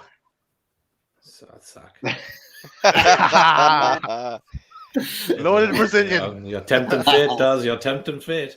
The other piece that seems to be getting a little bit of wind is apparently there's a second team that had bid this evening for Douglas Luiz of Aston Villa, and it's been confirmed that team has put in a bid. It is Newcastle United. That's a bright surprise. That bid has gone in this evening. That is doing the rounds literally 50 seconds ago. I've just got that. So we are certainly going Brazilian in this window. If that's Douglas Luiz, the defensive Douglas Luiz, Joelinton, and Guimaraes in the middle three. Yeah, the Brazilian midfield trio. Again, Douglas Luiz, a talented player, can shoot from long distance, has a little bit of bite to his tackle. If that is the case, very, very interesting deal. And again, it shows that we're really starting to kind of improve that midfield area that has been well documented that needed to be improved. So look, another interesting. That must be close because I don't think TalkSport put that out. If that's not. But yeah, what's really interesting about the Douglas Luiz one is that there's been a number of links, and Jordan, I'll bring you in on this because there's been a number of links with Douglas Luiz on bids here, bids there. Nobody's ever mentioned the actual team that's bidded. So Arsenal, there was Arsenal were the ones yesterday that were named. Yeah, but they also mentioned that there was an unnamed team and that the unnamed team were bidding, but they didn't name the team. So really interesting one. But Jordan, have you heard anything about Douglas Luiz? No, in the first thought process I've on Douglas Luiz is if they're going to sign Bruno Gomes, horrible pronunciation that, but yeah, the guy from Leon, shall I say? And I would find it difficult to understand why they'd go and sign Douglas Luiz as well. Now I know, look, there'll be two players that would instantly improve your team. There's no doubt about that. But you're spending £35 million on one Brazilian, and then you're paying 34 for another Brazilian in the midfield. For me, financially, that doesn't make sense. From what I've been told, Newcastle aren't going to spend that amount of money on two centre midfielders, I don't think. Ultimately, because it has potential consequences in the summer as well. That's what you have to remember.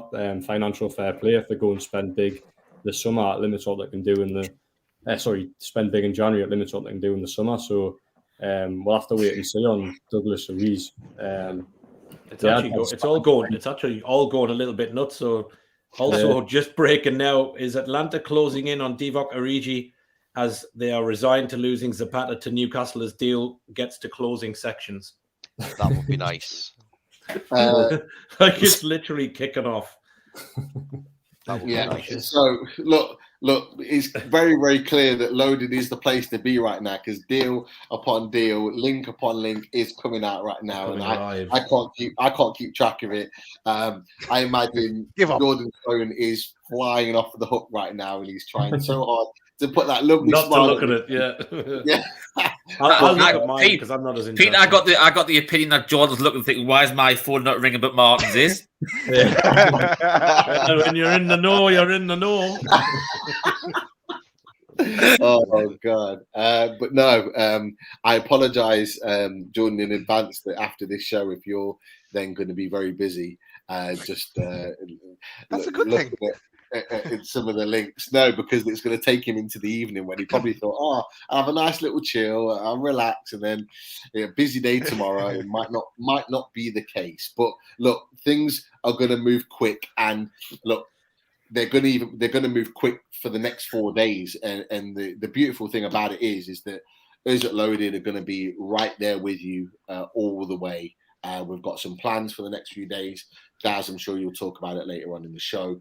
But yeah, we are going to be on top of everything NUFC. But whilst there's not a new link come out, maybe for 5 minutes or so, we'll talk about what we were going to talk about probably about 10 minutes ago, and that was obviously Jesse Lingard. Now, I'm not going to go around the houses with regards to Jesse Lingard. I think we've had a couple of opinions on that. What I want to get your opinion on is not just Jesse Lingard, but another attacking midfielder as well, Dele Alli. Now, we've been linked the last week with both Jesse Lingard and Dele Alli. And the question's been within the Newcastle chat is on social media, are we signing both? Are we signing one or the other? The question I want to ask you is, if you were given the opportunity, okay, and I want to go around the houses with this. If you were given the opportunity, who would you sign? Would you sign Jesse Lingard, knowing that he wants to go to London in the summer and likely going to West Ham, but would you take him for a few months to keep us in the league, or would you go for Dele Alli, who potentially could come on a permanent transfer, wants to get out of Tottenham and playing a bit of football? Your opinions, I want to hear first. So let's start with Chris. Jesse Lingard or Dele Alli? Who would you go for? Why? I would go with Jesse Lingard, and the reason being is with Dele Alli, as much as I believe he is a talented player, I think he's someone who's got lots of potential. My issue with him is, over the last 12, 18 months, we've not seen that. And it's now been, 4 managers, if you include Poch, Nuno, Conte and Mourinho, who've all just not shown any faith in him. So that worries me.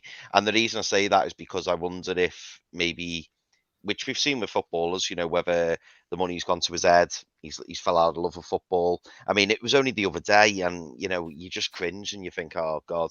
I believe Tottenham were playing, and I think they were losing a match at the time, and Delhi's posting stuff on Instagram, like stupid videos, and when you just think, like, what are you actually doing? What is going through your mind that's making you do that, knowing who you are? You've got the spotlight on you, and I just think it feels a bit like he's in self-destruct mode. So I think Jesse Lingard, even though we wouldn't have the longevity of him, because I do think he will go elsewhere at the end of the season, for what we need as a club right now, and somebody who's on the cusp of the England squad. If he comes to Newcastle and performs fantastically, he'll probably get in that squad.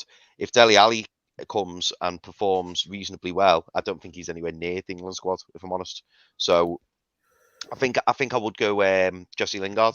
But on the subject of Dele Alli, Pete, I just wanted to quickly say there's a lot of rumours here in Liverpool that Frank Lampard is looking likely to get the Everton job.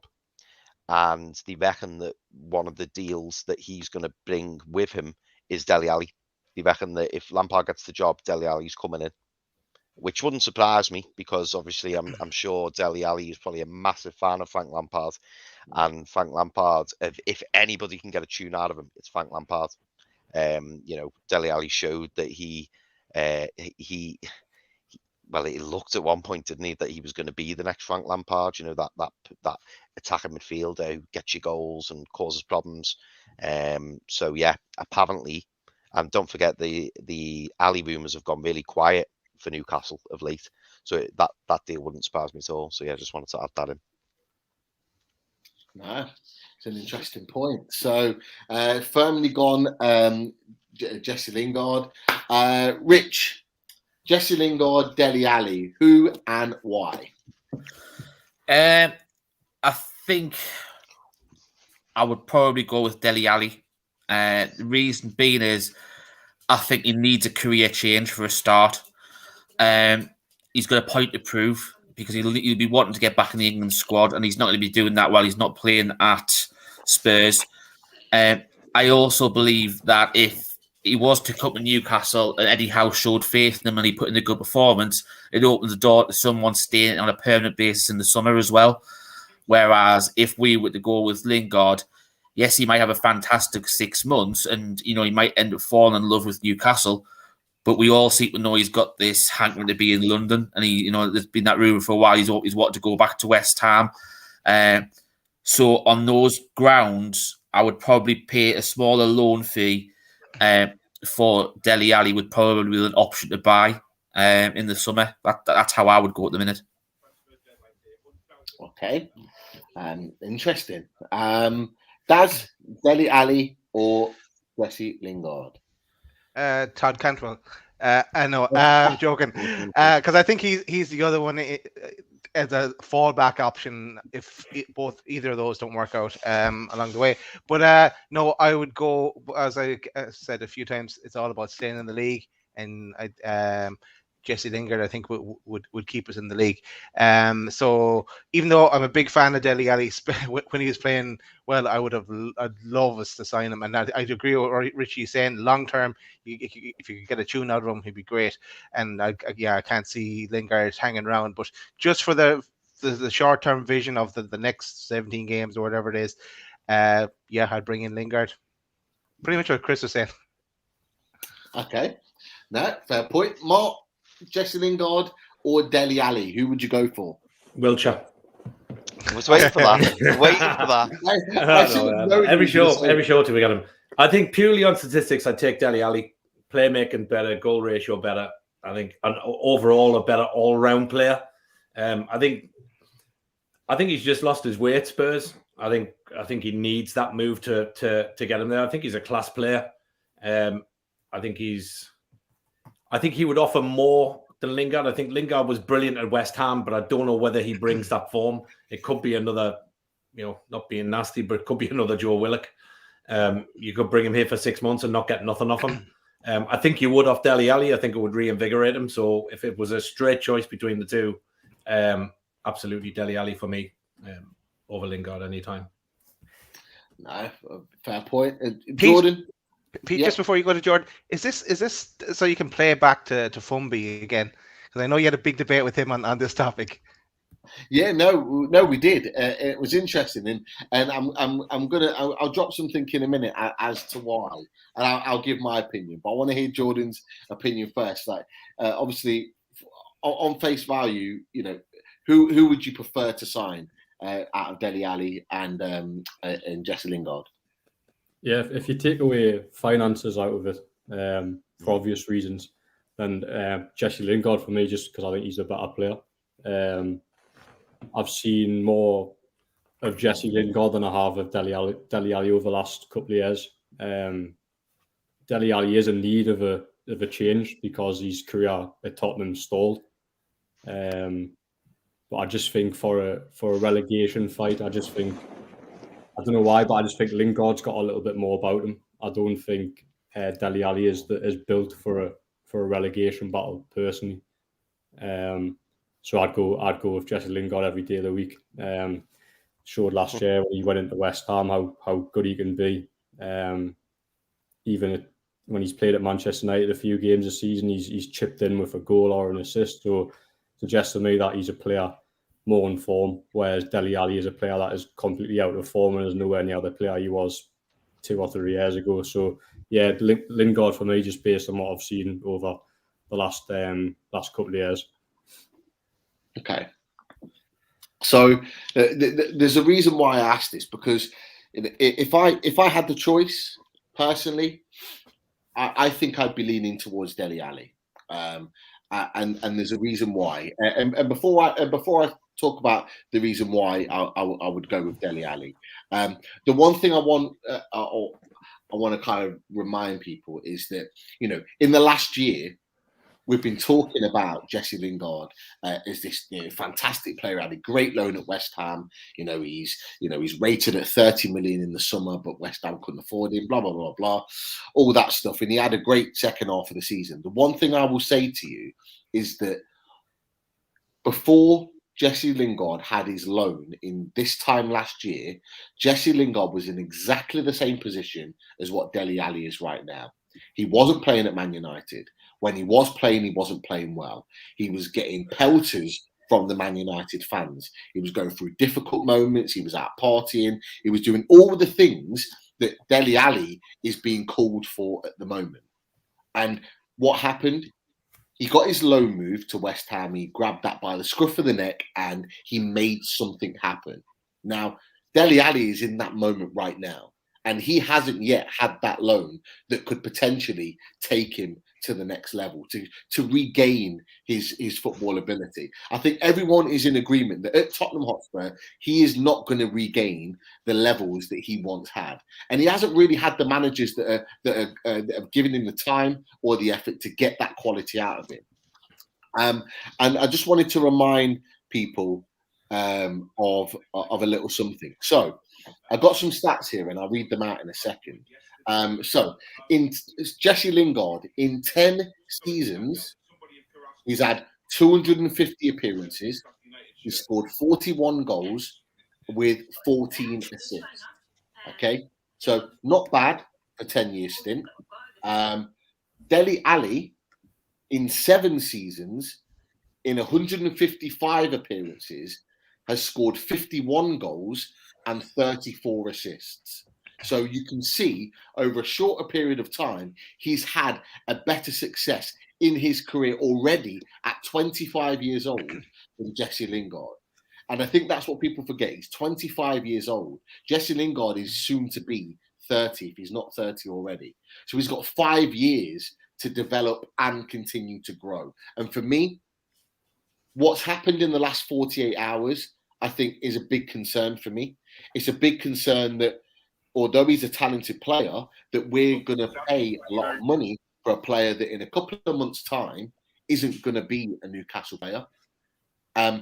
And I think Dele Alli is someone we could actually buy now and pay a little bit more money for, but we're going to get the fruits of the next few years out of him. And I think Dele Alli could come into Newcastle with our fan base, with playing under Eddie Howe, a free-flowing attacking football, something which Tottenham haven't been for the last couple of years, and something that he likes to play in, a free-flowing attacking style football. I think we could get the best out of him. So, you know, they're in similar moments. They've had similar moments. They're maybe not sort of, you know, they're maybe not the same stages right now, but their down moments have been very, very similar in their careers. And I just think there's an opportunity for Dele Alli to go where Jesse Lingard did in the back end of last season. But sorry, that's what we're going to. Yeah. I was just going to say, if Dele Alli is the answer, I guess what is the question? Because if the question is for as you said, over a number of years, then I'd go Dele Alli as well. But if it's for the next 17 games and on form, it could take a while to get Dele Alli back to his best. So that's why if the question is short term, I think Lingard is the answer.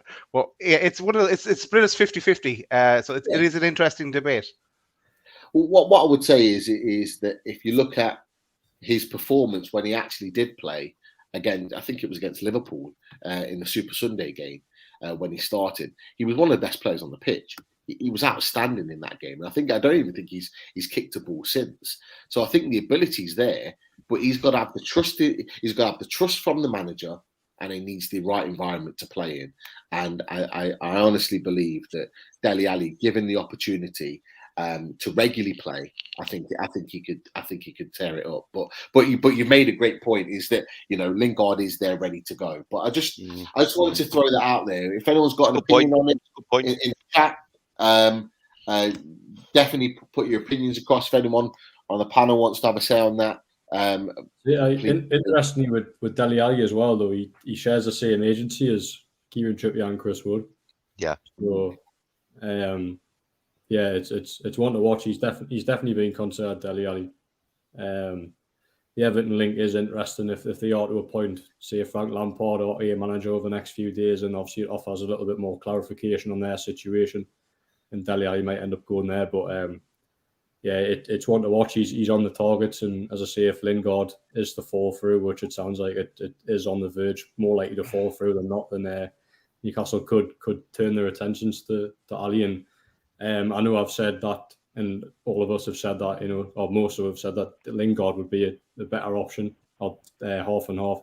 I think everyone would be happy with Dele Alli if he was to come in, wouldn't we? So would take either, and we might have a preference, but I think everyone here would take either Dele Alli or Jesse Lingard. Yeah, you're right, Jordan. No, it's a great point. Right, we move on, and we're going to go to a local lad who I think even he was surprised with maybe the links. We certainly were. We weren't expecting it either. But Dan Burn. So we've been linked with. I think there was a link of 7 million bid gone in and potentially rejected, and then with there's been talk of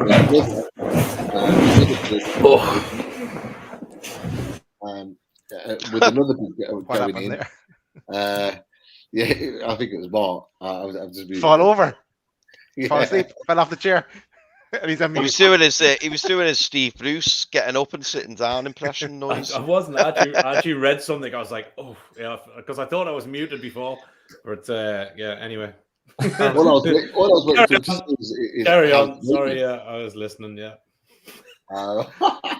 So Dan Burn, 7 million bid potentially rejected. Talk that there's going to be another bid going in at some point. Jordan, what do we know about this with Dan Burn at this moment in time?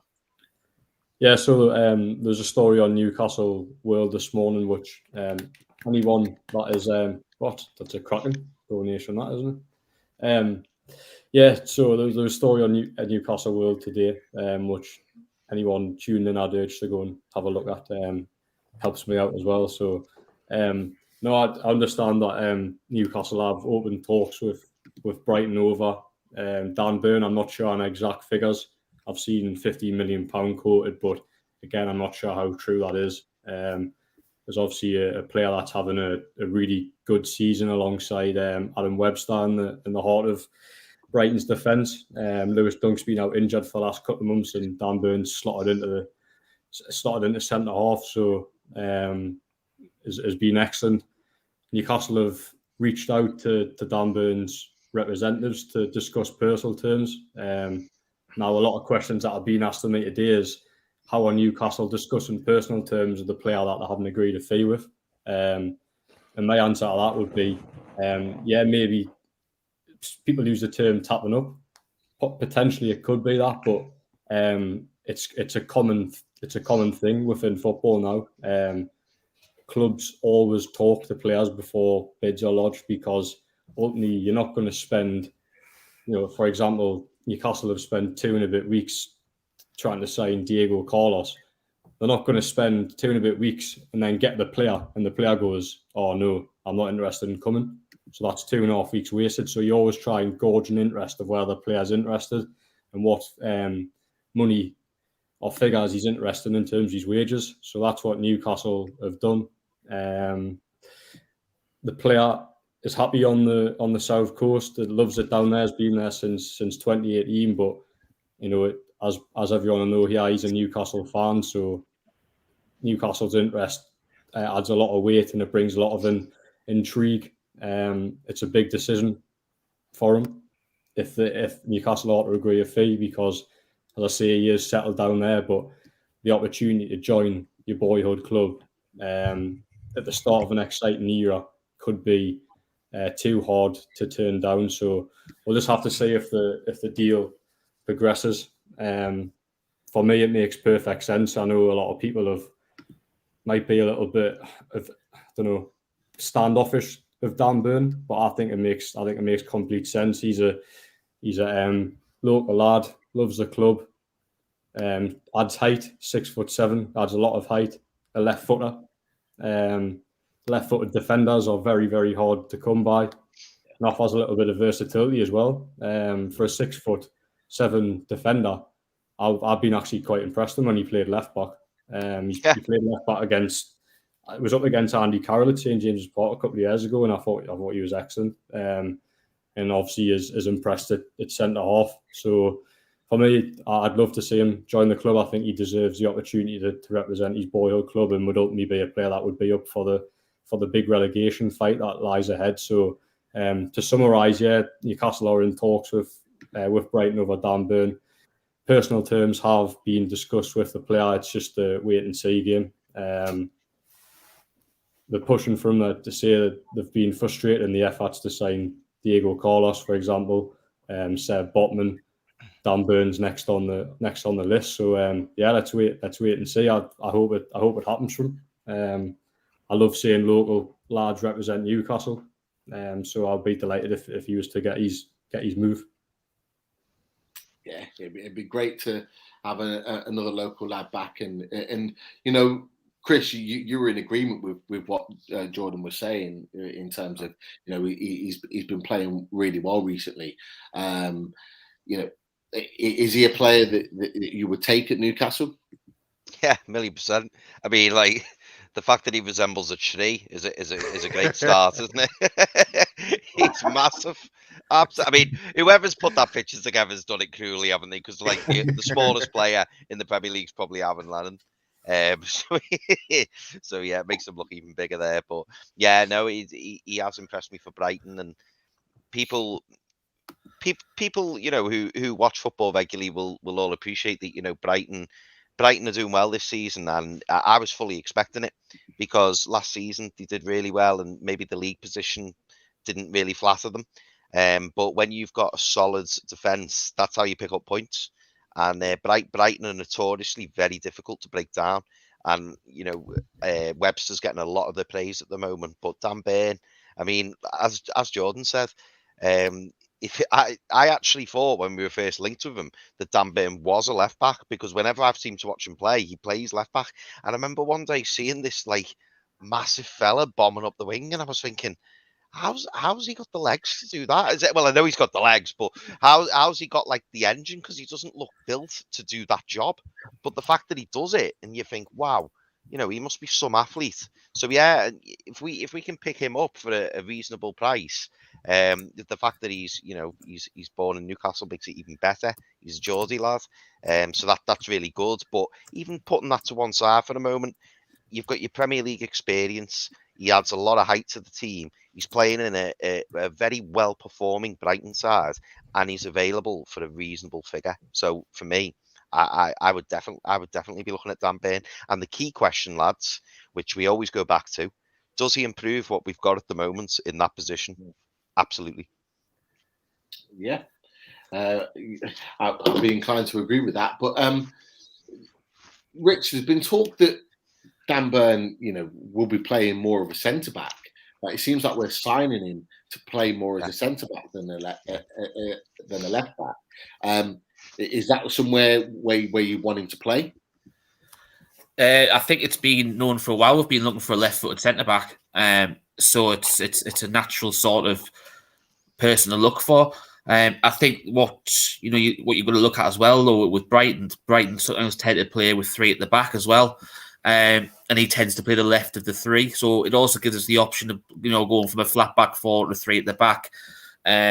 So there's that versatility there, but also, as we've already discussed, it adds a lot of height to the team as well. And obviously, if you go for Backer as well at 6'1" on next to him as well, you're adding a lot of height to something that we haven't really got already. I think one of the things a lot of people some people are saying it's a good deal, some people aren't. I think it's a fantastic deal. I think you can't do anything wrong by paying, roughly what Brighton are saying. This might they want 15 million from. I think we put a bid in 7 to 8 million. You can't go wrong with a lad who is a Geordie at heart, loves the club. He grew up supporting Newcastle, and he's already got vast experience in the Premier League for a team that's defensively now has been quite shrewd at the back.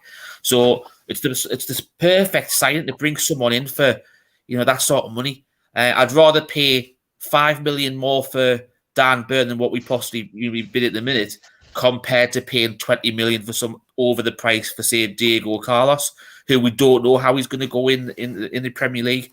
We can only go by off of what he's done in La Liga, but that doesn't necessarily mean he's going to be a success over here. So I think with Dan Burn, I think it's a complete no-brainer. A complete no-brainer. I'd get him snapped up as soon as we could. Definitely. There's talk of obviously, being a local lad. It was a club that he loved. He talked openly that he was gutted about being released at 10, 11 years old. Do you think he'll force a move if things don't move quickly, or Brighton keep sort of rejecting bids from us? No, I don't think he'll force a move. Yeah, he's a good fallback option. He wouldn't have been my top 10 or anything like that. But yeah, look at where we are in the window, and we need to bring in centre half. Yeah, he's a good fallback option. With him being from Newcastle and going through the academy at an early age, and I've heard some of the clips from on Sky today about him. But he's worth a shot. But I'm being hesitant and saying that because just because we're at the stage we're at now and what the time we've got left. But he's. I'm still on a bit on the fence. If we bring in the likes of Dan Burn and the Chris Wood one, it still doesn't excite me too much either side of them. But look, it needs must in some cases. Mark, Daz is a hard man to please. I thought you were, I thought you were bad in terms of trying to please you with signings. But look, are you excited about that Dan Burn coming in? He's a Geordie, ex-Newcastle sort of an academy player. Again, I go back to last week's, well, not last week's show, a couple of weeks back. All I want are players that improve what we've got now. Defensively, we've struggled. Listen, we played first 20 minutes against Leeds. We weren't great.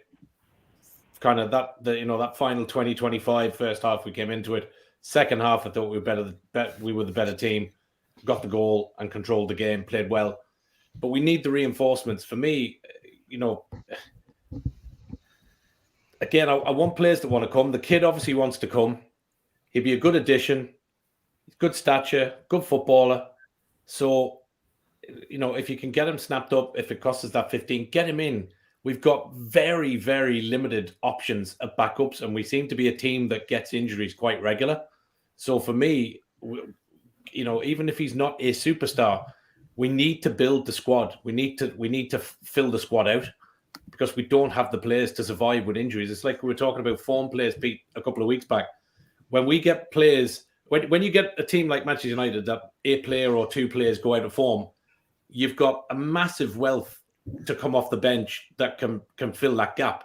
So if Pogba goes out of form or Bruno goes out of form, you can change that up. At Newcastle, if we lose a couple with injuries and a couple lose form, we've nothing to rely on. So take him, get the deal done, give Brighton the money and get him up there, get him in there. Certainly can't be any worse than a back four of Lascelles, Kraft and others that we've put up with for the last recent whiles. Just on that, Martin, just before, if and this to everyone, like if you said at the start of the transfer window or even on takeover day that at the that we have Chris Wood and Dan Byrne going into the start of February, would it have excited you? Do you know what? I'll answer that right back. That's what you thought you would be. As you well know, Dazzler, for the last season and a half. Oh yeah, both me and Paul Oxley have said no. Even to begin with, the type of player Newcastle need, big man, small man, to play alongside Wilson is somebody exactly like Chris Wood. I was more than happy with the Chris Wood signing, whether that's PIF or whether that had been Ashley. I'd have taken Chris Wood all day. He's a battler, leadership. He's got good goal to game ratio. What's not to like? Okay, 25 million. We don't set the prices, so I'm not worried about how much we pay. Is he a player that betters the team? Yes. Will Dan Byrne do that? Yes. Get them. Yeah. Get them where we are now. Superstars, lads. If we get Bruno, if we get a Carlos, if we get Zapata, then Jesus, lads, happy days. I'll be dancing a jig here on the next show. If we don't, just get us players that will keep us up and strengthen the team. All we've got to win is that battle with those other bottom three. That's all we've got to win this season. Nothing more. The rebuild for me is the summer. So if it's an added piece and we get more players in now and we end up with 4 or 5 players in this window, I'll be absolutely delighted. Am I bothered they're well beaters? No. I just want players that want to battle, have pride in the shirt, and get that team up the table. That's simple. That's fair enough for where we are now. Mark, how many times have we said, though, we've got to walk before we can run? Do you know what I mean? Absolutely. It's all about adding like what we need right now. We're not going to go and like match Man United, Man City for all these world class players. We might get the odd. We might get the odd bit of quality in. That's great. But all we need to do this window is to make sure we add, in areas that we drastically need it for now, and then once we're safe in the summer, we're going to start addressing look further. Exactly. It's a different window for us this time. Man City. When Man City got taken over by Sheikh Mansour, the first thing they did was they brought in Mark Hughes as manager. They brought in Gareth Barry. They brought in Santa Roca Cruz from Blackburn. And their statement signing, which they paid, I think was 20 million, if I'm could be more, I'm not sure, was Robinho. That was it for that season. They played a cup game the following Saturday and they got beat 8-1 off Middlesbrough. Yeah. So let's not be delusional as to who we can get and who we shouldn't get. It's the same old story for me. And look, maybe Jordan will correct us, but like, Newcastle fans, we just go off the fucking flyer as to who we're going to get. We need to be realistic. If we can come out the end of this window with 4 or 5 players and we get some of these ones we're talking about, and we get Dan Ashworth in a seat as a DOF, I tell you what, lads, after 14 years of the shit we've had with Ashley, that's a mental window. Mental. No, you're absolutely spot on. And Daz mentioned before about, would you accept these players, the day after the takeover? So the day after the takeover, would you accept Wood? But I think fans have came to realise since the takeover there was a massive sort of fantasy football thing where we've got all this money, we can sign whoever we want. But as you've got closer to January, you've realised that's not the case. And I think a lot of fans' expectations are relatively low in terms of players. They're realistic on who they can get. And for me, the players that they've signed, Chris Wood, Kieran Trippier, a great signing, done really well. I got a deal over the line so early. The player that instantly improves him. Chris Wood, we've spoken about his goal record. It's up there with Callum Wilson's over the last however many years. So even if Newcastle weren't to sign any more players now, which I still think they will, they've still want to improve the squad. There might not be glamour signings, and it might not be signings you thought were going to happen the day after the takeover. But the good signings are good characters and the battlers. You've got to look at Newcastle's current situation. They're not going to attract world-class players when you're 18th in the Premier League. Ultimately, Newcastle are trying to do a rebuild in January, what they should be doing in the summer. So whatever they get over the line now, as long as it keeps them in the division, then you look to the summer, and that's when you can do a rebuild and start looking at a few more ambitious names. Yeah. Yep. Absolutely. 110%. We'll move on. I think there's a few questions in the chat that we'll go to now. We'll get the guys in chat because there's been some fantastic support tonight in the chat. Lots of regulars on, constantly asking questions and putting comments in, and we massively appreciate that. Anyone that's new to the chat, watching for the first time, click that subscribe button. Give the thumbs up, support our channel as we grow nicely through this season with you, and we're on that push to 3K subs, and we're ticking along nicely. So keep with us, lots more content to come, and we'll keep giving you what you want, which is good quality chat and fantastic guests, as we've got Jordan on tonight as well. I'm just going to answer Jeff's question. He's my older brother, not my little brother. Stop winding me up, Jeff. Me and you are going to fall out soon. And if you were here at the beginning, you would realise that he's unwell. And yes, there is still time to get John Stones. Hey, I'm not giving up hope. Look, we've been linked with a number of different players in the last 24 hours. One of which is the young centre back from Mainz, which is Jeremiah St. Juice. Thanks for that, Rich. Just a little update on him. What's been bandied about is a 15 million euro deal. Looking to sign him from Mainz, and what's even more interestingly is that he's represented by the same people that represent Kieran Trippier and Chris Wood as well. So there you go. A little update from you there. So there's another update, Pete. They want 30 million now. Wouldn't surprise me in the slightest. But because they're part of the same agency, maybe they won't. Maybe they've got an agreement that they won't take. I think the other thing to remember with that Gamerish deal is, so far only TalkSport have reported it. Fabrizio Romano is playing it down, saying lads, still being worked on.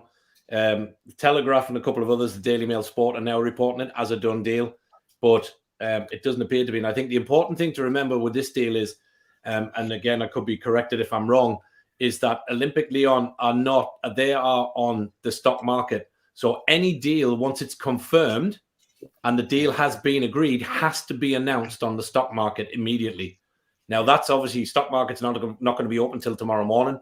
So even if it was done and that is being reported, it will not be official or cleared through until it's announced to their shareholders on the stock market tomorrow morning. So I would hold my breath on that deal for the time being. Well, I wouldn't necessarily hold my breath on it, Mark. I think there's a logic thinking here with regards to this. You quite rightly said they need to announce it on the stock market. They needed to do the same for a number of deals before. We've talked about Mendy previously with Real Madrid. I think that it was mooted that there was a deal done. They came out and denied it with a very similar statement that they did with us yesterday. Then a few days later, the deal was done. Okay, we haven't got a few days, we've got the window. What's more interesting about this, and this is where the logic needs to come in with this Guimaraes deal, is that he has a game tonight. It would be very, very sort of unprofessional and naive for us to band about that we've made a deal for someone. God forbid he plays tonight and gets injured seriously and it scuppers the deal. I think it makes perfect sense that, and I think it's even more interesting that he's on the bench tonight after all of this. I think it makes perfect sense that he gets through the game, however many minutes he plays. We get to tomorrow, where he'll probably travel to Brazil to do his medical, and then once he's there, then they announce the deal because they know he's got through the game unscathed. He can then go and travel, do his medicals and whatever, and then come over and finalize the deal. It just makes perfect sense. Like there has to be a little bit of logic with these sorts of deals. We're not in a position to make a mistake on finalizing a deal and then he gets injured and being out. Yes, so exactly. You look at Badashil, you look at Gusan, for example. Inter Milan have signed him tonight. Nobody knows when he's going to play his next game. Badashir is going to be out until probably mid to end of February. We need players that are ready to play now, no matter how good they are. So, we need to be a little bit smart about this. I think we need to be making the right decisions at the right time. And again, as we've always said throughout, we trust our owners to make the right decisions. But I personally think the deal's done with Leon. I think it's been agreed. I think it's just a case of when it is that we announce it. Any other questions in there that you want to fire? I'll just get the ones that start up for you, mate. There was one from Larry Strawberry. He wanted to know, did you say that Thomas Muller was linked to Newcastle? Yeah.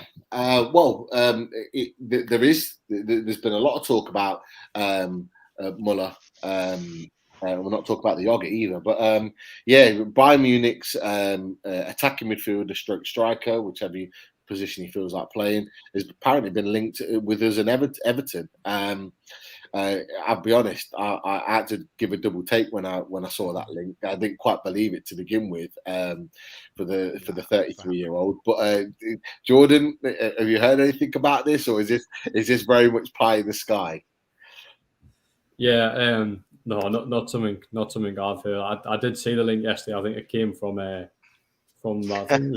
I think it was Germany's national newspaper. Actually, is it Bild? I think it's pronounced. Or Bild. Bild. Yeah, it came from there, and it's really hard to believe rumours like that.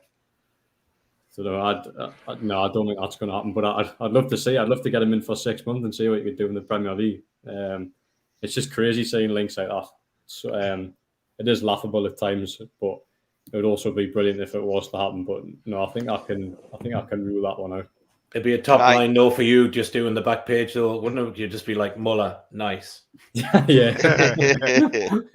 Be loads of jokes with that, wouldn't it? You could just you have a field day. Mark, I was going to say, I've just seen this joke in the chat. He's great at corners. You go all day, I tell you, man. Imagine that. That's like proper editing for Liam, isn't it? Jordan's like, we're going to put this out. No, I don't think so. No. Surely you've got better yogurt jokes than that, Cronin. Come on now. Love it. What else we got? What we got for us? There's another one from Larry as well, which is quite a good one. Do you think Newcastle's transfer targets will remain the same when we reach the summer transfer window, or do you think we will go after other players? I think we've already touched on this a little bit, but Jordan, what's your thoughts on this one? Yeah, I don't know. I think players that they're going for now, they might try and open talks again, but if they get no joy, they'll just move on elsewhere. There'll definitely be more players to look at in the summer. If they ought to stay in the Premier League, then the pool of players they can recruit will probably become a little bit larger because, as I say, they're not in that position where they're under threat of relegation. So, you could see they could go back in for a Botman or someone like that, a top target. But the pool of players that they target in the summer will definitely change because they'll be in hopefully a much better position in the Premier League table because they won't be in the Championship. Yeah, I think it's quite fitting you say that about the pool of players that will be in for in the summer. this is one that we've champed from the start of the window and beforehand, but it's realistically he's only going to one place, and the only reason why he hasn't signed his contract yet is because he's got COVID and he can't. But someone, Jans was just saying Monday evening, 1 minute to 11, Vlahovic just a surprise signing to tune. I think we all know now that it's a done deal. He's going to Juventus.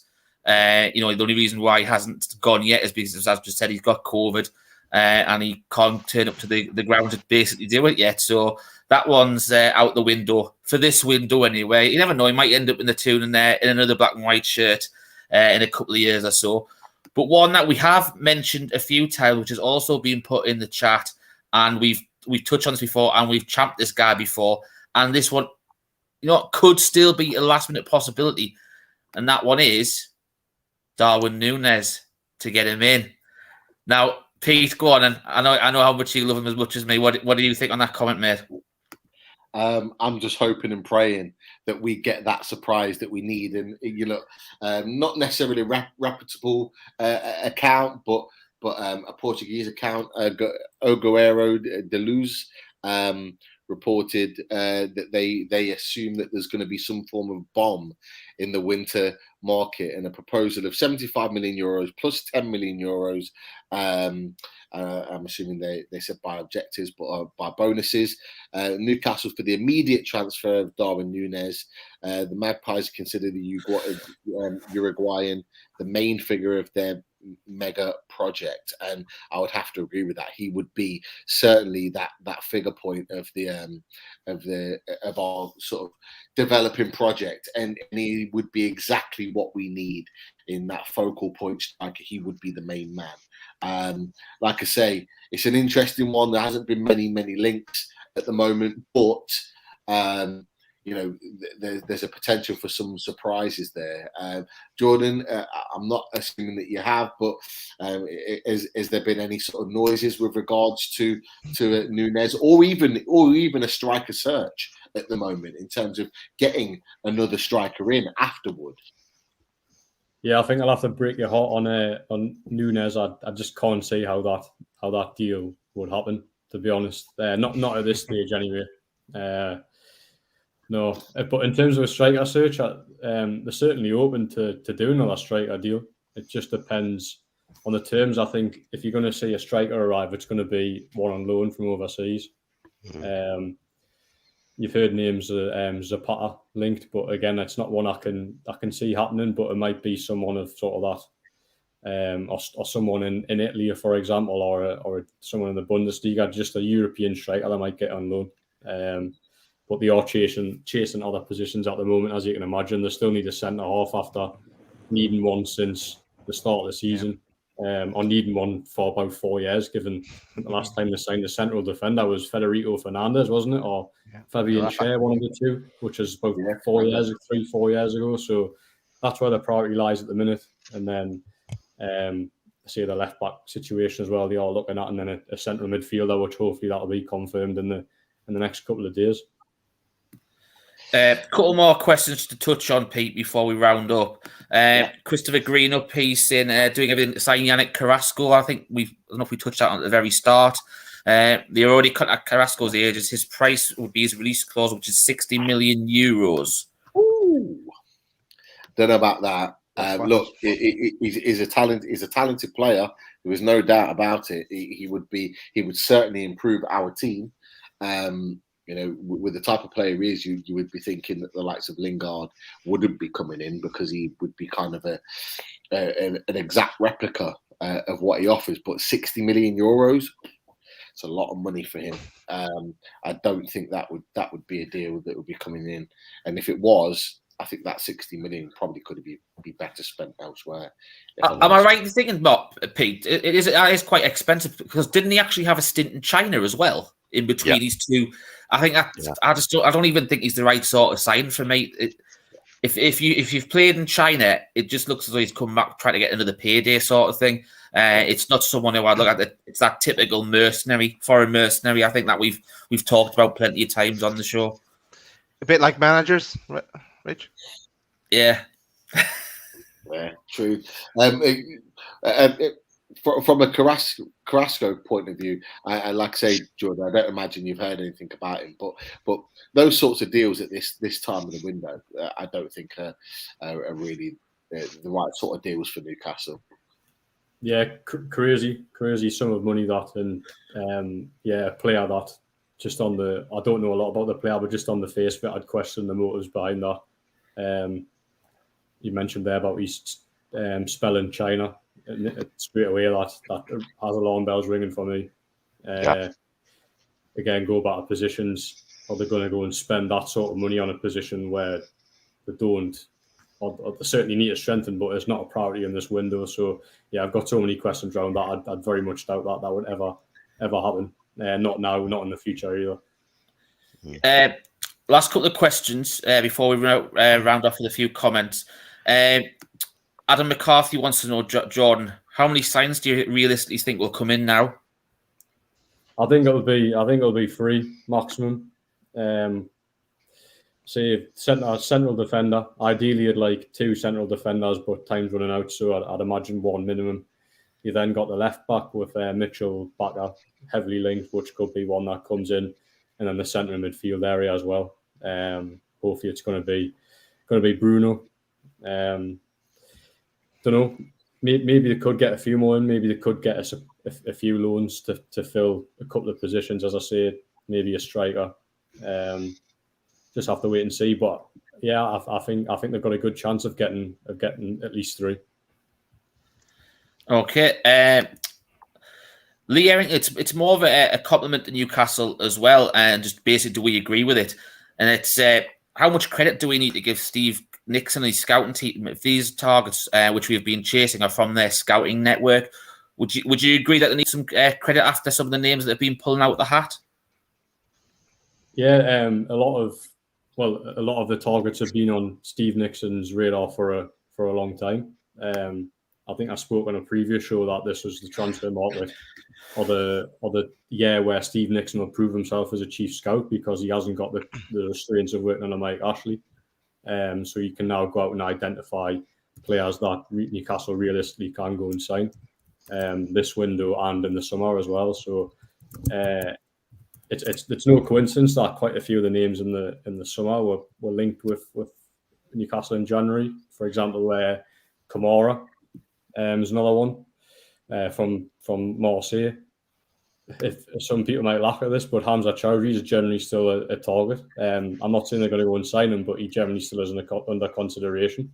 So there's players that Steve Nixon's identified previously that remain on the radar. So a lot of the transfer business and the identifying targets is coming through him. There's a 4-man transfer panel at Newcastle at the minute, and it's Amanda Stavely, Steve Nixon, Eddie Howe, and Jason Tyndall. That's the 4 people in charge of transfers at the minute. So, yeah, I think Steve Nixon's done all right. Yeah, he's 2 players in so far this month, but hopefully he can negotiate a couple of more, or identify a couple of more that maybe isn't on the radar now that they can go and sign before that window, because I say more signings are needed. Hopefully they can go and do that.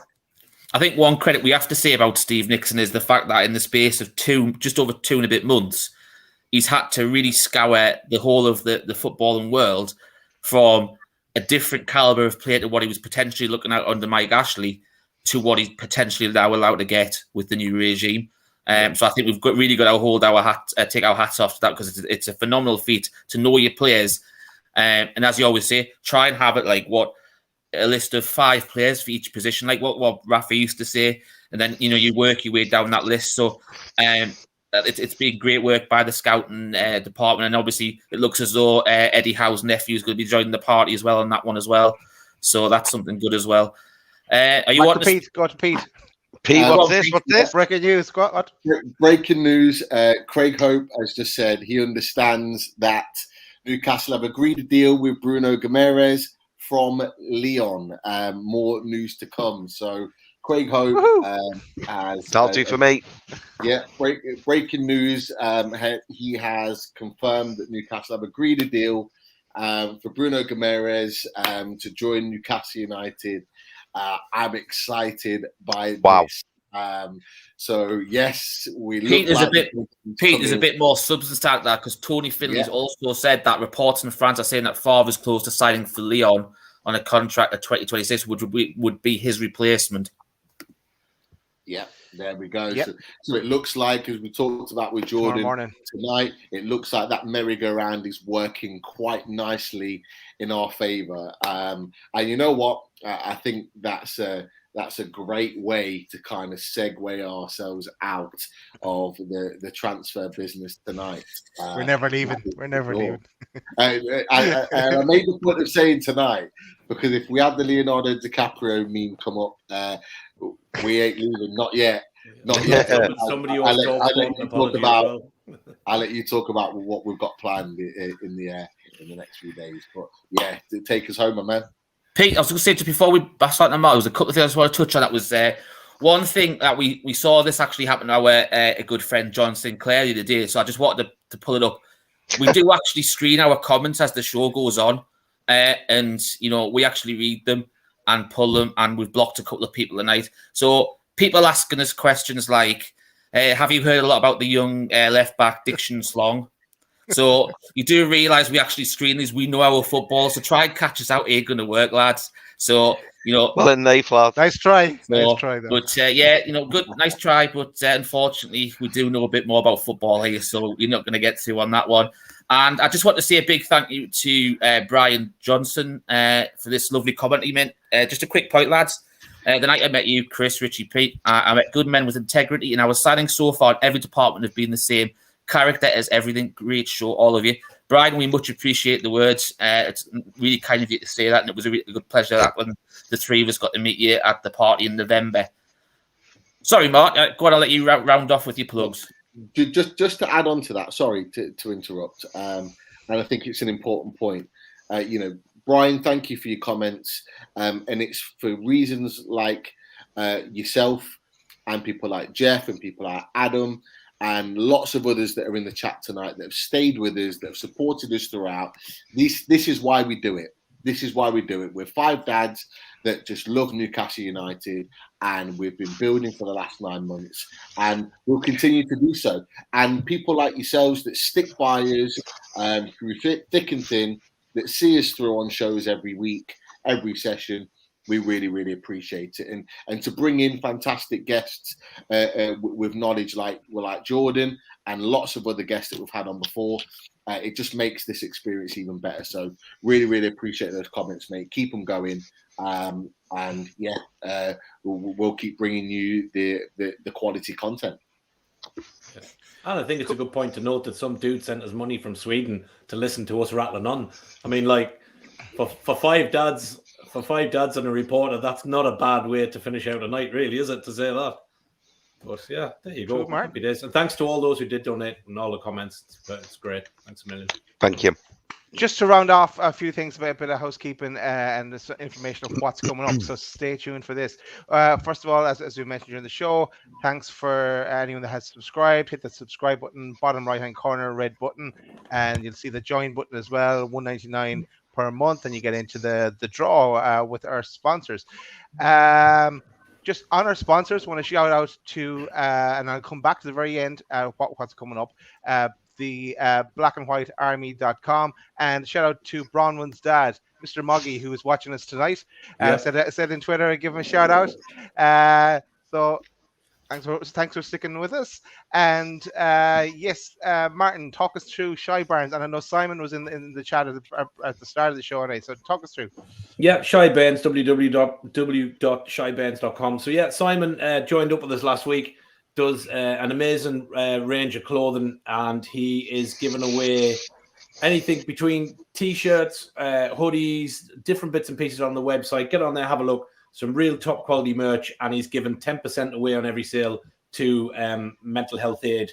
So that's a real good website, and it's actually some top-notch merch. And the fact that he's doing something with regards to mental health, fair play to him. Pushing some credit across to people that need and charities that need is really good to see. So fair play, and delighted as always to have Bronwyn and Simon as sponsors. Well said, Mart. Of course, Newcastle do play tomorrow in a friendly game in Saudi Arabia. So that's something that will be discussed tomorrow, I'm sure, as well as the transfer window. But back to a bit of football. But yeah, coming up for us, we're still in debate over it. We haven't finalised certain things yet, but we are planning on shows. And I say shows coming up over the next 4 days. So I've come up with the name of a 4-day weekend. So we're going to have a 4-day weekend of transfer deadline day. So, and we're also going to try and get some more special guests or people you may have seen with us before to come and join us. They don't know that yet, but they'll find out soon. But we'll be what a way to find out. What a way to find out, Jordan. What a way to find out, eh? You're not going anywhere, George. But yeah, so that's coming up, and it's get subscribed and watch, follow our tweets, and you will see when we're going to pop up. We'll pop up in different places at different times with breaking news and for shows and maybe even big name signings like this one. So yeah, that's it from me, really. Back to you, Pete. No, it's been an absolute pleasure to be back up with you guys this week. Absolutely love chatting to you. Fantastic opinions around the table. Great knowledge from behind the scenes with Jordan and everything that he's been obviously reporting on and his videos. If you're not following Jordan, check him out on Twitter. Always posting updates with regards to everything Newcastle. Jordan, do you want to plug yourself? Tell us where we can find you before we go. Yeah, so I work for a site called Newcastle World. Really? Yeah. But no, Newcastle World's it's a new site. It was only recently launched in the summer. So any help and support, supporting my articles and tuning into the website is greatly appreciated. My editor / boss is Liam Kennedy, which I'm sure everyone will know here. I think he's a friend of the show as well, isn't he? So no, he's a good lad. He is. Yeah, he's a good lad, and obviously we're both trying to build something, build a project with it, and we're both really enjoying it. Getting stuck in with issues at the club, and we're just trying to shine a positive light on the city of Newcastle as well. It's not just the sport that we do, but we do a lot of things around the city in terms of lifestyle and health and lots of things. So yeah, just please tune in to Newcastle World and help support the site, because it means a lot to myself and Liam and our news report as well, Toby. Cheers, Jordan. Thanks for coming on with us tonight. Just want to say one last thing. If you haven't already got yourself one, get yourself a loaded Brazilian tonight. Woo! He's coming home. Pete, round us out. No, it's been a pleasure, and it's going to be a hell of a ride over these next 4 days. Keep your phones charged, okay? Make sure that your laptop, your TV has got batteries in the controllers, because it is going to be an exciting one, and I can't wait to share it all with you. Lots of chats, lots of deals. I'm going to put the contract on the table, sign it, put whatever number you want, because Newcastle are back. Eddie's at the wheel. Take care, guys. Happy days. That's it, guys. See you soon. Cheers. Thanks for watching, Jordan. Thanks as always. Cheers, Jordan. See you, buddy. Thanks everyone for watching. Thanks. Good night. See you guys. Good night. Now is the time, a time you'll look back on, a time you adopt as inspiration. You will recollect this time, this moment, right now.